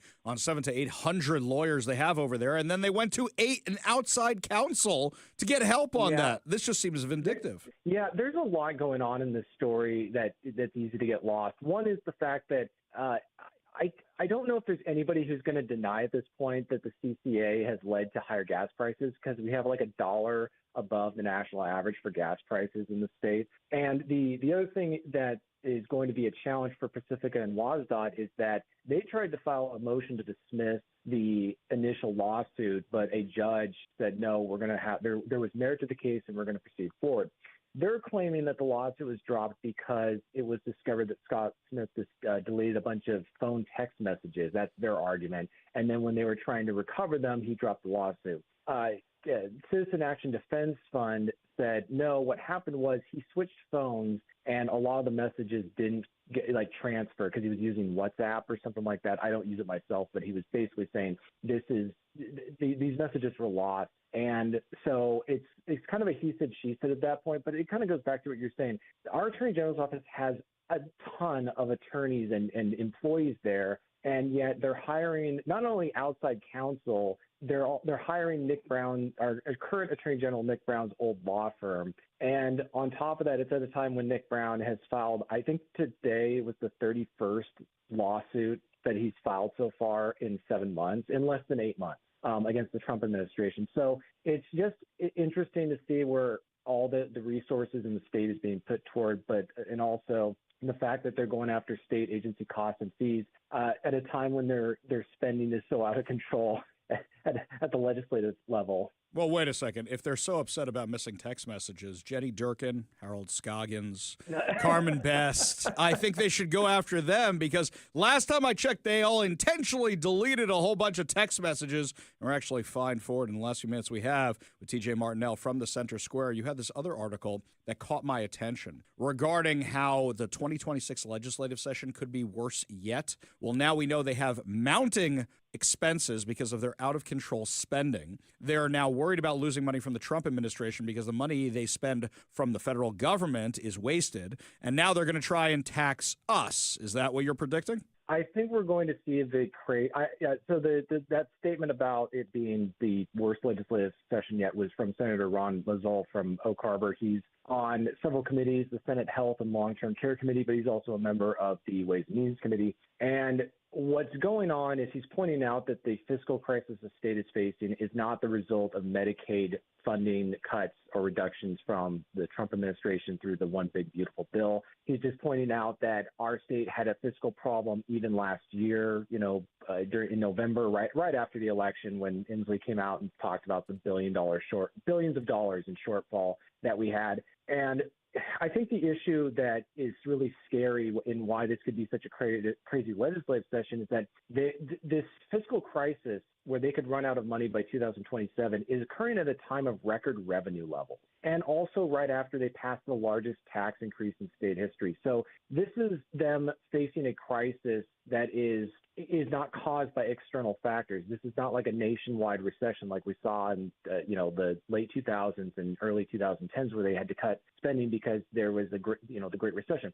This is one where if there's any kind of economic shift downward, our state could be facing, I can't throw out a number or figure, but I know back in the day it was $16 billion total through like 5 years. And so what would that look like now? And at a time when they can't raise taxes, but that's kind of been their whole strategy for the last 10 years, is just whenever they're like this last legislative session, there was a massive budget shortfall and they didn't cut any spending. They just raised taxes. So what is that session going to look like when you have a lot of people whose basically lives are based on state spending that's not sustainable? Right, and it's only going to get worse because they didn't learn their lesson these past few years. They took a budget surplus and turned it into a budget deficit. TJ Martinell, investigative journalist for the Center Square, thank you so much for joining us today, and thank you so much for keeping your eye on the legislature when so many other news outlets won't do it. Yeah, always a pleasure. We love having you, buddy. You take care now. We got a whole lot more to discuss as the show continues. You're listening to the Ari Hoffman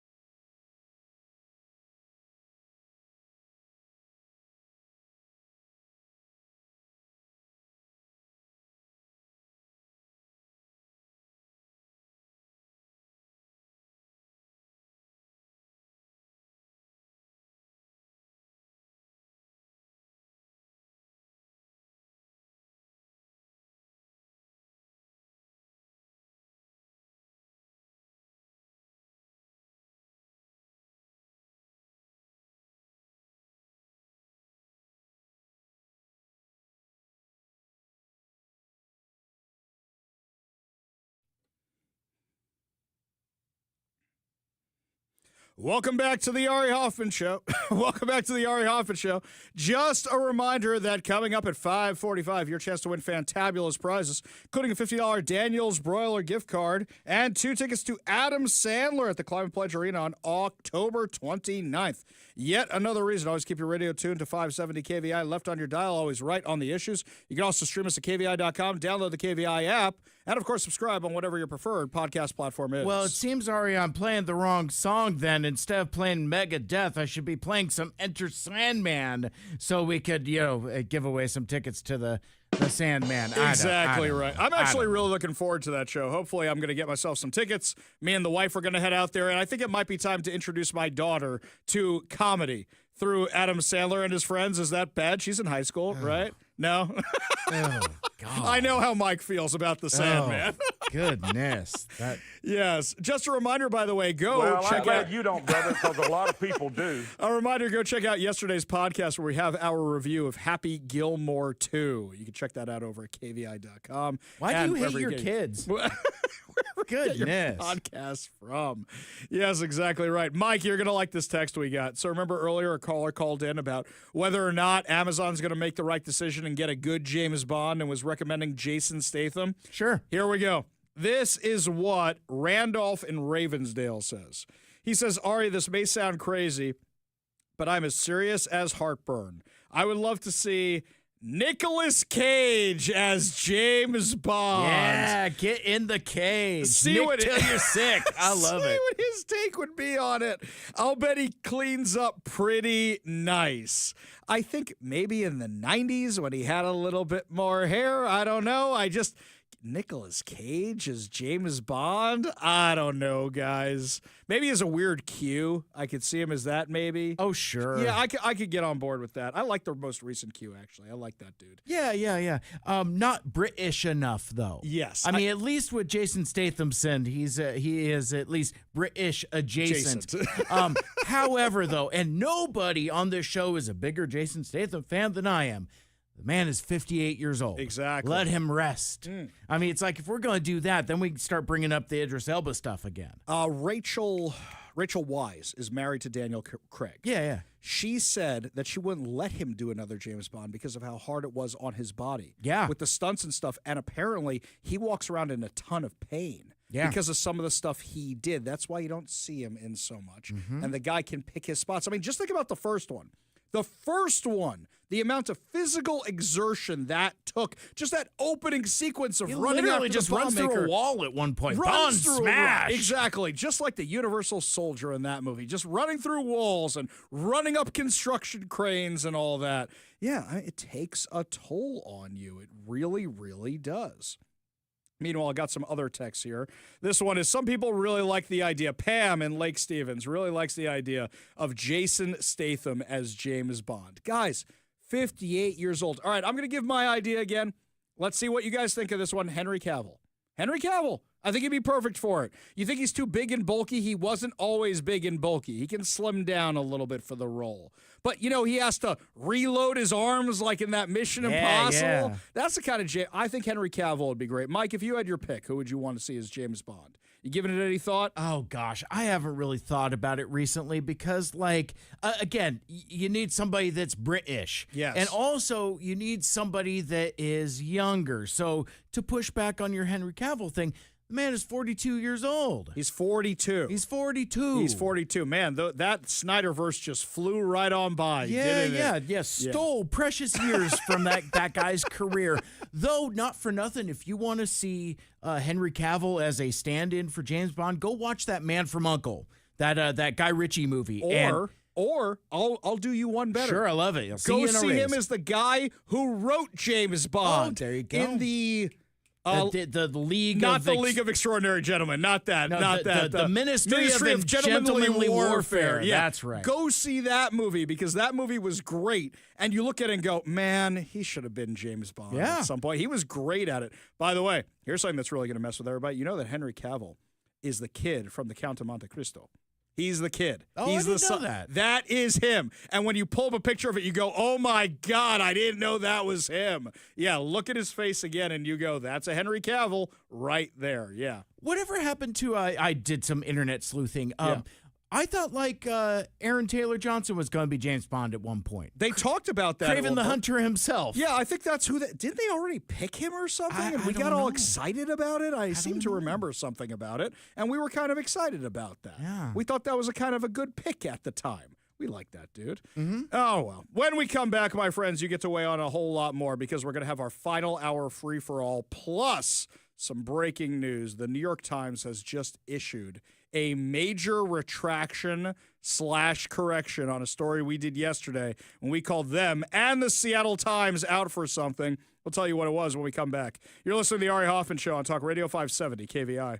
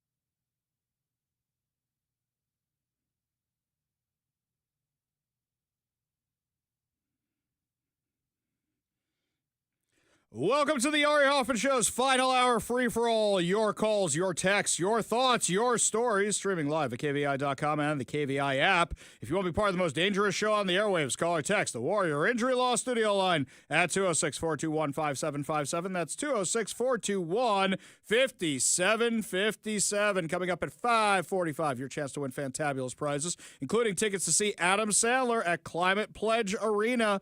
But before we get to any of that, a story broke in the last hour, and it reminded me of a Mark Twain quote. Mark Twain said in 1919, he said, "A lie will fly around the whole world while the truth is getting its boots on." And that's exactly what we had happen. A story we did yesterday, which we said, hey, Seattle Times, you got this one really, really wrong, because you guys decided to publish something from the New York Times that was really, really wrong because you hate Israel so much. Do you remember we told you the story of the Seattle Times on Friday having a cover picture of a child named Mohammed al-Matawak, who is in his mother's arms, and they claim that this skinny, bony child who looks like a skeleton is dying of starvation in Gaza. But you look at the mom, and you say, she looks perfectly fine. And in the background is the kid's brother, who looks perfectly fine. Any real journalist would have looked at this and said, why do mother and brother look fine, but kid don't look fine? Do you think maybe this kid has other conditions? But the Seattle Times is too lazy to do their own fact-checking, doesn't have an international department, doesn't have people in Gaza. So they subscribe to the New York Times, the Washington Post, the Associated Press, and they assume whatever comes from them is true. And if we can demonize Jews with it, let's put it on the cover. So what happened was, most news outlets, like the Seattle Times, ran with this false story. And we knew it was false because anybody with two eyes is going to look at that picture and say, mom looks fine, brother looks fine, what's wrong with that kid? We told you how CNN ran a story talking about how the kid had a genetic disorder. Even CNN was calling this out in their own special way. Well, 2 hours ago, the New York Times posted this. We have appended an editor's note to a story about Mohammed Zakaria al-Matwak, a child in Gaza who was diagnosed with severe malnutrition. After publication, the Times learned that he also had pre-existing health problems. Oh, so he didn't die of COVID is what you're saying. Mm-hmm. So, spokesperson for the New York Times continues by saying they're continuing the false narrative of people starving in Gaza, and they say children in Gaza are malnourished and starving, as New York Times reporters and others have documented. Really, why should we believe anything you document? We recently ran a story about Gaza's most vulnerable civilians, including Mohammed Zakaria al-Matwak, who's about 18 months old and suffers from severe malnutrition. We have since learned new information, including from the hospital that treated him and his medical records, and have updated our story to add context about his pre-existing health problems. This additional detail gives readers a greater understanding of his situation. Our reporters and photographers continue to report from Gaza, bravely, sensitively, and at personal risk so that readers can see firsthand the consequences of this war. Really? Your reporters? Last time I checked, weren't you guys the ones who had reporters, and I'm using air quotes if you're watching over on Facebook, Rumble, YouTube, and Twitter, that your journalists were actually participating in the October 7th massacre and riding on motorcycles with Hamas? So basically, let's sum up what happened here. Hamas pitched a story to the world, including the New York Times. The New York Times bought the story without verifying any of the details. And now you've got real-world ramifications for the fake news that the New York Times peddled, that outlets like the Seattle Times picked up. And here's something else. How many people are going to see this correction? If not for X, I wouldn't have seen this correction. What, there's a few million people over on X? Great, wonderful, fantastic. It's not the whole world. How many people are actually going to see this? So we have since learned your translation is, we didn't do our jobs as journalists the first time, accepted another false narrative from Hamas without doing any research whatsoever. By the way, I've done research, and this is not going to be a popular thing that I cite, but I pulled up PubMed and other medical journals. A study of nearly 2,000 cases seen in genetics clinics in Jerusalem, 44.3% of Palestinian Arab marriages were between relatives, with 22.6% between first cousins. Among parents of children with rare autosomal recessive disorders, the consanguinity rate rose to 92.5%, markedly higher than in the general population. Elevated rates were also observed for neural tube defects, cleft lip palate, and male-female infertility. So what you're telling me is that because there's so much inbreeding among this population, there are more genetic disorders. There are more problems because people are marrying their cousins. And you've got these issues. New York Times didn't cite any of that stuff. They just picked up the fake narrative from the New York Times and ran with it. And when people see these mainstream media outlets and put these pictures up, they believe it. And now you've got France and the UK saying they're going to recognize a Palestinian state. Recognize who? Recognize what? Who's running the Palestinian state? Right now, the government of the Palestinian state is Hamas. Who are you recognizing? They're almost completely defeated. This is like Michael Scott going, I declare bankruptcy. I declare bankruptcy. You can recognize whatever you want. Ain't going to make it actually true. So you guys can go ahead and do this, and the UK is saying they're going to do it unless Israel ends the Gaza war, commits to peace. Israel has committed to peace many, many times. When is Hamas going to do the same thing? The only people starving in Gaza are the 20-some-odd hostages who are still being held, which I don't hear France or Germany calling for the release of. Here's something else, by the way, this false narrative about the starvation. There's many organizations that are supposed to be delivering aid. But anytime Hamas wants something, they lean on these organizations to stop delivering aid. And since these organizations hate Jews and hate Israel, they do that. There's a thing they're calling Mount Aid. It's a massive shipping facility, a massive area where you see thousands and thousands and thousands of tons of aid stacked up and nobody's distributing it. Why? Because they refuse to do so they can get the narrative. You want to blame Hamas for that one? Because that's who you should be blaming. Where's the UN? Where's UNRWA right now? They're the ones who should be distributing that. Oh, right, I forgot. UNRWA, all they do is provide missile launching sites for Hamas. And schools, which aren't actually schools, which they use as cover for missile launching sites. And hospitals, which aren't actually hospitals, which they use to cover Hamas bases. So UNRWA has been cut off by the U.S. government. And now there's a local fundraiser for UNRWA, a.k.a. Hamas, this weekend in Redmond. They're literally having the Seattle Gaza 5K out in Redmond at Mary Moore Park this weekend. I have a very serious question. How did an organization with its ties to terrorism that was involved in the October 7th attacks get the permits to have a 5K in Redmond?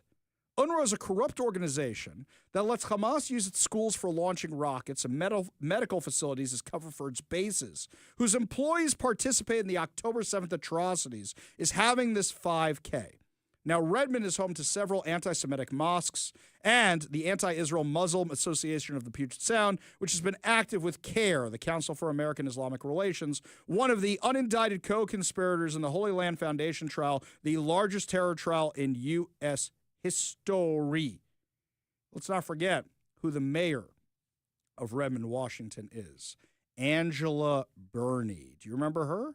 Her daughter was seen ripping down the hostage flyers at USC. So when are we going to realize what's actually happening here? By the way, did you know that today Bob Ferguson recognized those Muslim holidays again? Again. This is the fifth time he bragged about recognizing these Muslim holidays. He wrote, a few of the state laws I signed earlier this year that took effect on Sunday. Reporting of medical debt to credit agencies is prohibited. Et al-Fitr and Ed al-Adha are state holidays. Time out. Do you know what this post is about? Bob Ferguson is trying to tout his wins because that poll came out yesterday showing that he is in deep trouble and has the lowest approval rating of any governor during their first term in the last 35 years. So what is he doing? He's trying to say to his base, no. Look at all the great stuff I've done. Look at all the great stuff I've done. Do you remember when he recognized those two holidays? He recognized them as official state holidays on the eve of Passover and Easter.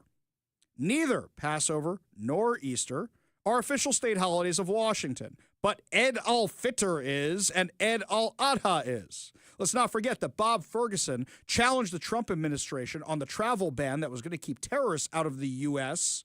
on behalf of CARE, on behalf of the unindicted co-conspirator in the Holy Land Foundation trial. Do you know what the Holy Land Foundation trial was about? We talk about it a lot here. It's when you have the largest Muslim nonprofit 501c3 in the U.S. funneling money to Hamas.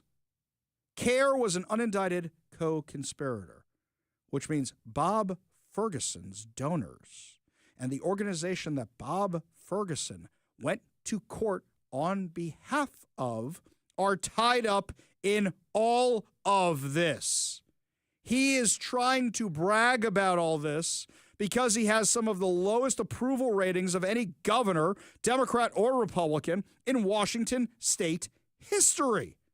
Coming up at 5:30, Jeff Pogela from Northwest News Radio will be joining us to dig deeper into these polls and also the polls about how badly Bruce Harrell is looking for re-election this time because he sucks, because he's terrible. So Bob Ferguson is trying to crow about this. Hang on, let me just pull up this post a second here. So hang on a second. How many things does he crow about? Oh, 3. So wait a second. 3 things. These are your big accomplishments. Reporting of medical debt to credit agencies is prohibited. Bravo. Eid al-Fitr, Eid al-Adha are state holidays. Washingtonians have the right to repair for electronic products and mobility equipment. That's the best you got? Oh, because he can't say he signed the largest tax increase in Washington state history. So instead he goes with all this. Let's go with the wins. Those are your wins. Woo! Woo! Oh, wait, that's pretty pathetic, isn't it? Beyond pathetic, as a matter of fact. That's all you've accomplished, Bob Ferguson? That's really, really sad. I look around at all these bill signings that Bob Ferguson did during the last legislative session. Have any of them made anybody's lives better? And you know, the Seattle Times is responsible for Bob Ferguson. They had an interview with him where they, in their own way, asked him their real questions. Hey, why didn't you do anything as Attorney General about what's going on at University of Washington with the anti-Semitic encampment, with the violent Hamas encampment? And when he stumbled on the answer, they didn't call him on it. They just kind of let it go. They didn't call him out on his record of failures. They didn't call him out on not doing anything about defunding the police. They didn't call him out on supporting every progressive policy when he's running as a moderate. And they endorsed him, admitting that he had a truckload of problems. So last week, I told you guys the story about how I went to meet with the Seattle Times on Zoom about the democracy vouchers that are on the ballot this time in in Seattle. On your Seattle ballot, you have a choice to renew the democracy vouchers or not. And there's not really a campaign against renewing the democracy vouchers.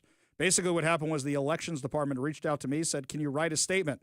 I said, sure. And the next thing I know, I'm getting all these media requests for interviews about it, even though I'm not the guy running the campaign. They just said, can you write a statement? Because we got nobody else to. I said, sure, happy to. Mike, I think I wrote it in 10 minutes sitting at that desk over there. And I said to Mike and Zach, hey, guys, what do you think of this? Is this clear? Does this expand?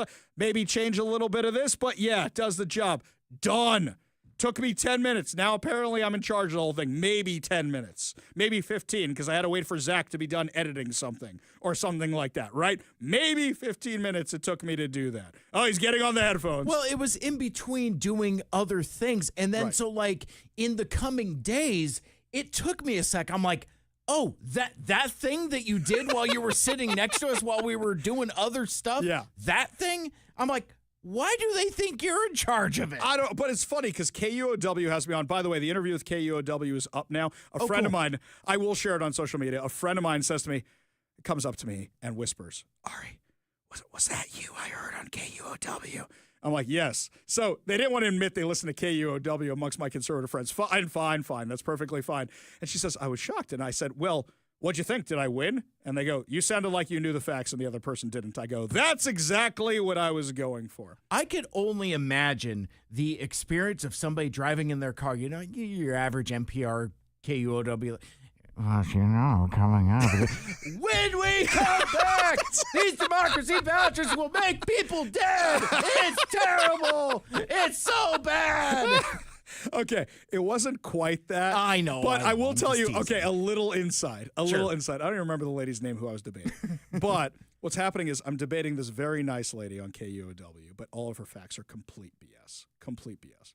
So what happens is she's there and she's shaking. She's really, really nervous. And I'm thinking to myself, Well, you are terrified. I am. We are the most dangerous show on the airwaves, okay? I know that I'm scary. I mean, my receding hairline, look how giant my forehead is right now. She's shaking. And I'm thinking to myself, okay, do I go for the jugular or do I be nice to this lady? And her opening statement was filled with such BS, it turned me from be nice to the poor lady who's shaking to just level her. And I didn't do it the way I normally do. You know what I did? If you listen to it, and I will share it, the opening statement was, after she says all her stuff about the democracy vouchers, I go, oh, that sounds like a really good idea. Too bad none of it's true. And proceed to just dismantle it in a very calm, very collected voice, suitable for an NPR audience, just with more gusto, shall we say. A little bit more gusto. Vigor. Yes, vigor. And destroyed the entire thing. But the reason I mention this, the Seattle Times interviewed me last Monday. It's election season. And they haven't put out the thing on the democracy vouchers yet that I've seen. That's a week already that's gone by. Now, I admit, I got back to the Seattle Times a little late on that. But at the same time, what are you waiting on? You want my prediction? Pain. No, here's my prediction. My prediction is the Seattle Times is going to side with me on the democracy vouchers because last time they actually disagreed with the democracy vouchers and they are an unqualified failure. Nobody even debates that. They are a complete colossal failure and a waste of money. But they're going to wait till the very, very, very last minute so the lefties don't get mad at them. So they can say, what do you mean? Everybody already voted already. We did this on election day or something like that. That's when this thing's going to come out so it does the least amount of damage possible. I will put serious money on that. Do you think I'm right? You think I'm wrong? You give me a call or a text at 206-421-5757. That's 206-421-5757. By the way, I will say that every day this week when I've been slamming the Seattle Times for something, I go, this isn't going to help them like me for the democracy vouchers, but they deserve to be called out for their false reporting. That was on the front page. So, Seattle Times, I've got all your email addresses now for that little meeting we set up of your editorial board. Will you be printing a correction/retraction like the New York Times did of that story you guys picked up and put on your front page? When we come back, my friends, lots more to discuss as the show continues. Is Harvard about to cave to the Trump administration? Looks like it actually might. Plus, I can't believe how many kids are leaving the public schools. We've got that information for you, plus a whole lot more. But first, Todd Herman's Daily Thoughtcast, right now on the Ari Hoffman Show.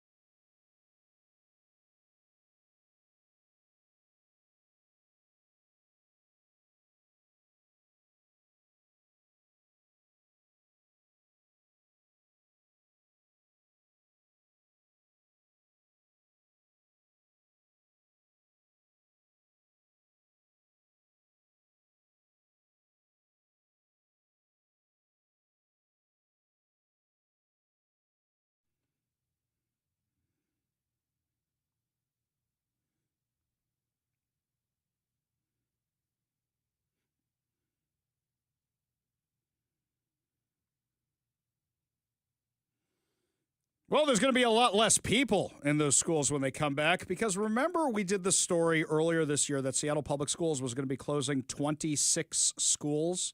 And then instead of actually closing the schools because they have so few kids, they said, no, let's just go to the Washington State Legislature and get the money out of them.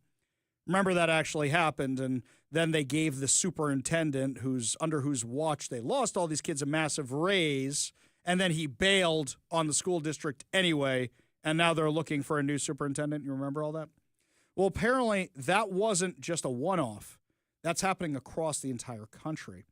This is from the Reason Foundation by Jude Swalbach, who says, with the new school year fast approaching, many public school districts are expecting fewer students. As of 2024, K-12 enrollments in traditional public schools nationwide has dropped by 2.5%, or 1.3 million students since the onset of the COVID-19 pandemic. This enrollment decline appears to be the new normal, as rebounding student counts have plateaued since 2023. Overall, between 2020 and 2024, public school students counts fell in 41 states, with decreases of 2% or more in 30 of them. However, this loss of public school students and funding for them shouldn't come as a shock to state policymakers and school districts. Before the pandemic, 17 states, including Illinois and Michigan, were already experiencing declining enrollment. Hey, you know who else was too? Washington. One major contributing factor to declining K-12 enrollments is the birth dearth. Fewer babies means fewer students. According to the Centers for Disease Control and Prevention, the number of births in the U.S. decreased by 16% between 2007 and 2024, resulting in nearly 700,000 fewer children being born in the U.S. in 2024 than 2007. By the way, I'm reminded of what the Democrats used to say. Oh, we need the illegal aliens to replace our birth rate. Maybe just stop doing the abortions. Maybe encourage people to get married. Maybe encourage people to have families. I don't know. Just a thought. Just a thought putting out there. I love what Trump's doing with these savings accounts for kids, by the way, who are born. I'm just bummed out I missed the boat on all of it because my kids are ready to go to college and in high school and stuff. Fewer kids being born, combined with increased competition from private and charter schools, put lower enrollment rates on the horizon for many states. The pandemic exposed many parents to many more educational options and made the enrollment decline happen faster and worse than expected in some cases. By the way, Reason Foundation, I know you guys are libertarian. That's a really polite way of saying what actually happened. You mean the parents were home with the kids and saw what the kids were learning in the classroom and go, get my kid out of these schools?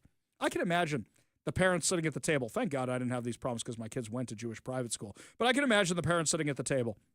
They're sitting there doing their work. Oh, my God, is this kid ever going back to school? Oh, my God. At first, this was fun. This isn't fun anymore. And then what happens is they hear a teacher go say something ridiculous, so they go, hey, what now? Okay, maybe that's just their philosophy class. Wait, they're in high school. What about like math? Wait, you're doing this in math class? Are you doing this in history? Oh my God, you're doing this in history and English and every other class you have too? This is the nonsense they're teaching you? Then it's like, get my kid the hell out of here. I don't care how much money I have to pay. I don't want them brainwashing my kid. These lower student counts have significant implications for school district finances because education funding is generally based on the number of students enrolled. When school budgets shrink due to significantly fewer students, districts have right-sized through a combination of staff reduction, school closures, and other cost-cutting measures. But many school districts delayed closures, relying on federal COVID-19 relief funds to help their under-enrolled schools float. You know, a perfect example is a school right near my house. I'm not going to say which school it is, but it's a Seattle Public School. It was on the closures list.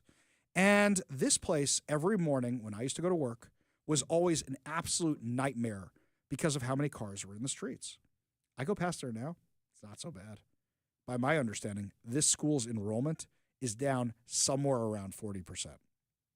That's what I understand. Now, for every school that's down 2%, and that's a significant amount of money when you're talking about federal dollars, state dollars, et cetera, for a kid. Now think about the schools that are down 10%.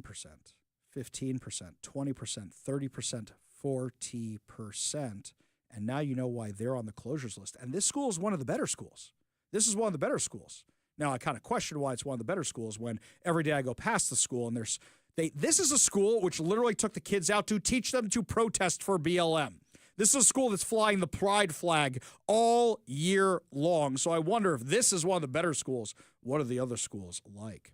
Reason Foundation research examined school closures in 15 states that provide data, including California, New York, and Florida. and shows how bad it actually is. And I'm looking at this, and guess who didn't provide the data? Washington. Washington doesn't provide its data, which leads me to believe that it's infinitely worse than some of these other places, and we know that it is. We know how bad the grades are around here. We know how many kids have left the system, and yet voters sent Chris Rakedall back. By the way, you see this ridiculous video that's going around the internet, Mike? I don't know if you saw this one. It's a dude who looks like Chris Rakedall in heels walking down the street.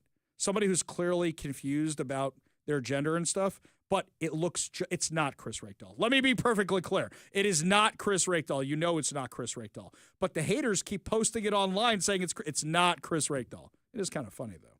Meanwhile, switching gear entirely, there's a story out there from the New York Times, and we know how reliable the New York Times is, so take this with a mountain of salt. The New York Times is saying that Harvard is nearing a settlement with the Trump administration over the civil rights violations, that the price tag could be $500 million. Let's be real if you're Harvard for a second. Do you want to lose billions of dollars in funding that you get every year? Or would you rather pay the speeding ticket? These guys have a $53 billion endowment. They will make up the money. The donors will help them make up the money. Is it so hard for you guys not to discriminate? Is it so hard for you guys not to be a bunch of racists? Is it so hard for you guys not to be a bunch of Jew haters? Is that really so hard that you keep fighting and fighting and fighting for your right to do so? You know, there's a funny thing I keep saying. My son got into a very good school in Israel. And when people ask me where he's going, I tell them, and I go, it's kind of like the Harvard of Israel. And then I said, wait, I shouldn't be saying that anymore. I really shouldn't be. But that was the standard. Harvard's brand has been so damaged that now their application rates went through the floor. People just aren't applying there anymore. At least Columbia was smart enough to take the settlement. At least Penn was smart enough to take the settlement. Now other schools, oh, by the way, I saw some good news today also. Now the Trump administration is going after UCLA. We knew they were going after the state schools eventually, which means, you know who's right behind UCLA? University of Washington. It's probably next on that list. So, guys, you can make your lives easier. You can make all the changes that should guarantee student safety, should guarantee non-discrimination on campus. These aren't hard things to get behind. And instead, you're so committed to all of it, you're just going to keep pushing forward with all of it. It's baked into the cake. That's who's running these institutions. That's a sad fact. They're going to pay all these fines, and they're going to claim they're making all these changes. But as soon as Trump's out of office, if not sooner, they're just going to go back to doing what they do because it's who they are. It's in my nature, as that crazy lady in the Pirates of the Caribbean says. It's in their nature. When we come back, my friends, our friend Jeff Pogela from Northwest News Radio will be dropping by so we can analyze some polls about how bad Bob Ferguson is doing and how things ain't looking too good for Bruce Harrell for mayor of Seattle. You're listening to the Ari Hoffman Show on Talk Radio 570 KVI.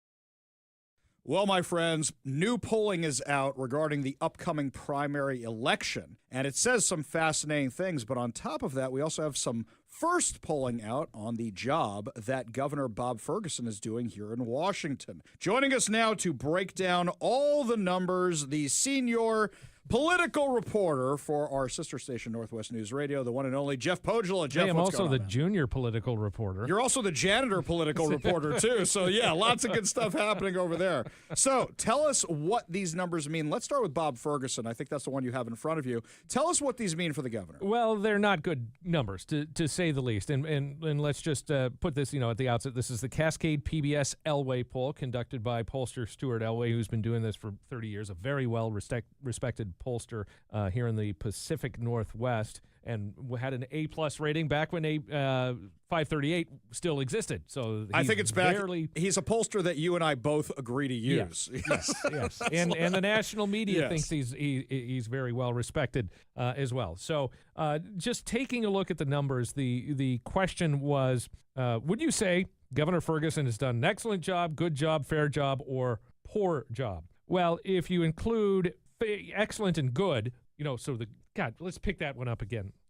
Well, the question was, how would you rate the job Governor Bob Ferguson is doing? Positive, only 32%. It's the lowest number of any new governor 6 months into their first term since the poll was taken. Fascinating. Now, my read on the situation was looking at the other numbers. Everybody's got a reason to be unhappy. Mm-hmm. Now, okay, I looked at the numbers behind the Well, poll. when you say the other numbers, breaking it down by party identification. Breaking it down by all that kind of stuff. Everybody's got their reason to be unhappy, but this poll was actually heavily slanted towards Democrats, which is actually fine. Hold on. Hang on. Let me finish my point, then you can correct me. Which is fine because Washington is heavily slanted towards Democrats. So for me, we're a deep blue state. I don't have an issue with those numbers. Now, they had Republicans in this poll too, but it did show a slant towards the Democrat Party. Well, if you're talking, I think the term slant implies impropriety. Fair. It's sampling based upon the political makeup of the state. So if you're weighted, let's say weighted. Weighted is probably a the better best way term. to put it. Yeah. So if you know the state, just say rough numbers. Sure. 2/3 Democrat, 1/3 Republican. Just rough numbers. Yeah. You're not going to have a reliable poll of the state and public opinion if half your respondents are Republicans and half are Democrats. I'm completely agreeing with you. So, agreeing with you. So what I'm saying is this is a thing where likely the majority of people who took the poll, according to the numbers, are Democrats, and they're not happy with him either, even though he's a Democrat governor. Correct. So the Democrats were not nearly as positive on Bob Ferguson as you would think they were. Now, Republicans are generally speaking going to be against Bob Ferguson no matter what.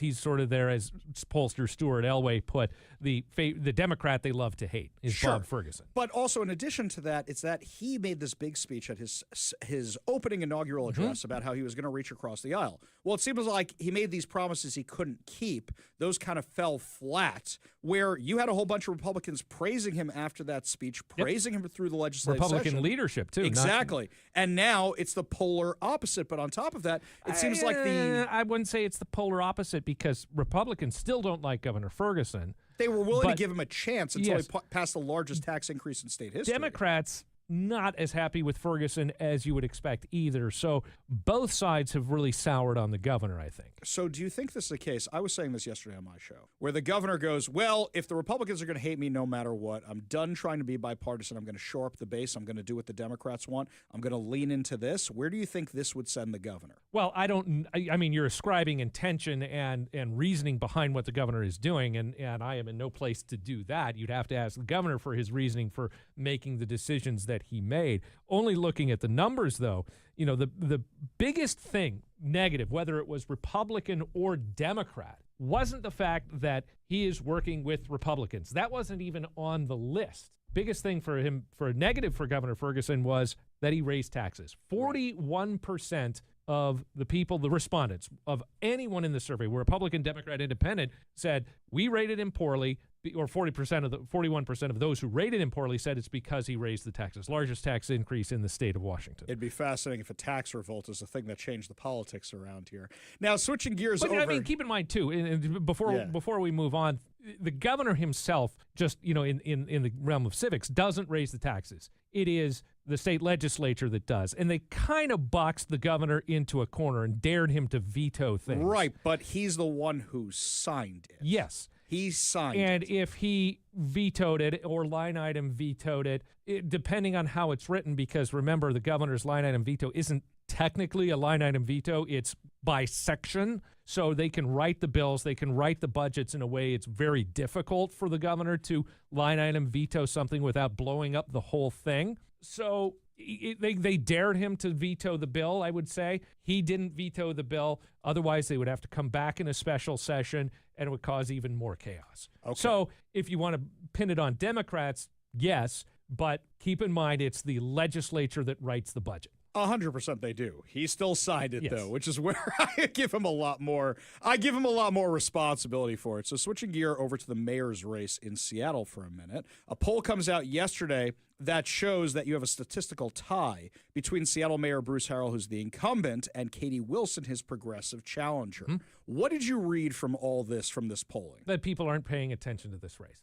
Why do you say that? Because it's essentially a third, a third, a third. It's a third for the incumbent, a third for the top challenger, and a third, I have no idea. And when you have 30% saying, I have no idea, and we're a week out from the election, that means that the public generally hasn't paid attention to this race. Only in the last week, and granted this is anecdotal for me, and keep in mind that I'm like you, I live in this stuff and breathe this stuff, have I been seeing ads for Bruce Harrell, ads for Katie Wilson. So there hasn't been a lot of spending in this race, so it hasn't been top of mind, whereas the actions of the governor with the legislative session, the largest tax increase in the state history, much more top of mind in voters. So there's something that I'm going to tell you that's anecdotal as well. I'm driving with my wife the other day, and we're driving along. Well, I'm glad you were driving with your wife and not someone else's. Fair point. So we're driving along and on the telephone poles in the Central District area when I was coming off of I-90 and heading that direction, there's a lot of posters hung up for Kshama Sawant, but that's the only... Kshama Sawant. Kshama, whatever.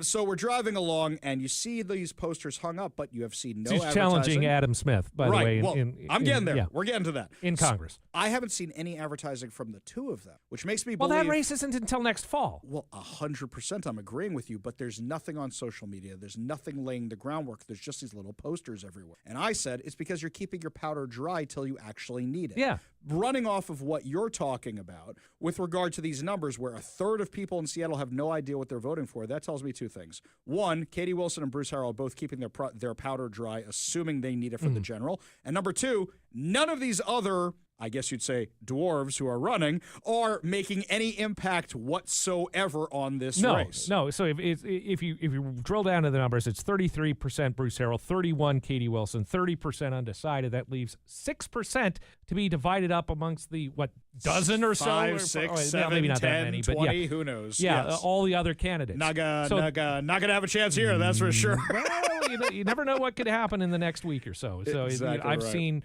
look at 2016, what happened in the last week of that presidential election and how things shifted with the Comey letter. That is a very fair point. Jeff Pogela, the senior political correspondent. And by the way, yes. we'll dive into much more of these numbers. I talk with pollster Stuart Elway himself this week on the Northwest Politicast. That's this weekend on Northwest News Radio, 97.7 AM 1000, 101.5 HD, subchannel 2, or streaming live on your worldwide app. Plus, you can find it wherever you get your podcasts. Make sure to just put in the Pogecast.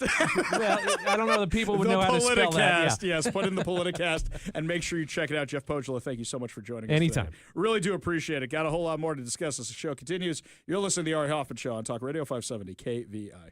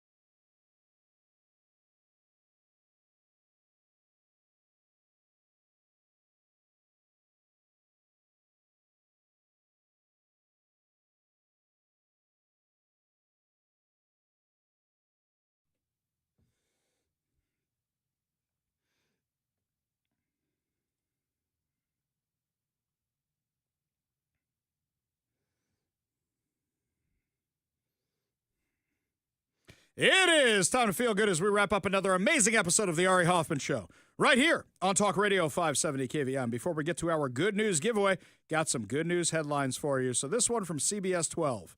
A Florida woman allegedly attempted to sneak 2 turtles through Miami International Airport by hiding them in her bra. Now, I have a question. I've been to Miami. Boy, you lost your mind, 'cause I'll help you find it. I've been to Miami International Airport, especially this time of year, and shall we just say, not a lot of people wearing a lot of layers. So I would assume that any TSA agent worth their salt is going to say, why is lady wearing more layers? Especially given how hot and humid and disgusting it is in that airport. It's really not great in that airport. But then you factor in everybody else is wearing a bikini around here, and why are they moving? What's going on here? It reminds me of that. It reminds me of that skit Britney Spears did on Saturday Night Live years and years and years ago, where she's like, they're totally real, and then they had robo boobs moving around. The Transportation Security Administration announced in a Facebook post urging travelers to stop hiding animals in weird places on your body. What other weird places have you found animals? Only in America. Now, here's what's worse. According to TSA, one of the turtles did not survive, while the other turtle was handed over to the Florida Department of Fish and Wildlife. She suffocated the turtle in the boobs. TSA is encouraging pet owners to check them with their airlines. Come on. Exactly, for specific regulations regarding traveling with animals. By the way, is it so hard to put them in the little containers? It's annoying, but if you care about your pets, put them in the little containers. And they're just little dudes, too. They weren't like giant tortoises or whatever. No, they're little turtles. Is it annoying when somebody gets on the plane and I have a cat allergy and I see them with that thing and the cat's right there? Absolutely. Am I obnoxious about it? No, because what I do is I normally say to stewardess, I'm like, look, didn't know the cat was there. Any chance you could upgrade her? That's what I always say. I'm not going to say upgrade me because of this. Any chance you could upgrade her? Because I got my wife, I got my kids, I got everybody with me. I'm not going to ask for 5 first-class tickets or anything like that. But is it possible you can move her or something? That's all I ask for. And if the answer is no, I suck it up because that's what you get with air travel. That's what you get. There was one time I'm on a plane and some people had a dog. And the dog was so quiet, I didn't even know it was there the entire flight. So I say this to people with pets, people with babies. I remember one time I get off this plane and I stand up to get my luggage, and in front of me there's a baby, and I go, you have the most behaved child in the universe. Not a peep out of that kid. I wish my kids were that well behaved when they were that age. I get it. But just, guys, get the little carrier thing. Really, just get the carrier thing. She was a bad egg. Yeah, or don't travel with pets. Get somebody to watch your pets for you. Before I forget, your chance to win fantabulous prizes. Today, we're giving away a $50 Daniel's Broiler gift card. Daniel's Broiler has been a Seattle favorite since 1980. Features USDA prime steak and other specialties, including chicken and fresh seafood, as well as a selection of high-end spirits, wine, and cocktails. Daniel's Broiler is open now in Bellevue, downtown Seattle, Leshine, South Lake Union, with dine-in, takeout, and delivery. Check out danielsbroiler.com to reserve a table, place your takeout, delivery order, and more. We're also giving away a copy of 7 Steps to a Successful Retirement by Brian Evans of Madrona Financial and CPAs. Learn how to design your retirement to support your quality of life for 30-plus years from Brian Evans of Madrona Financial and CPAs, a local company working to help you grow deep financial roots so that future financial storms don't blow your life savings away. Visit madronafinancial.com for more information and discover how you can create a rooted wealth plan today. Last but certainly not least, we are giving away 2 tickets to Adam Sandler at Climate Pledge Arena on October 29th. Get your tickets now at Ticketmaster.com. All you have to do in order to win these fantabulous prizes is be caller number 10 at 206-421-5757. That's 206-421-5757. Caller number 10 will win a $50 Daniel's Broiler gift card, a copy of 7 Steps to a Successful Retirement by Brian Evans of Madrona Financial and CPAs, and 2 tickets to Adam Sandler at Climate Pledge Arena on October 29th. Phone lines are open now. Give Mike a call for your chance to win at 206-421-5757. That's 206-421-5757. That's going to do it for us today. We'll be back tomorrow with more insane stories, more exciting guests, and, of course, more giveaways. You've been listening to The Ari Hoffman Show on Talk Radio 570 KVI.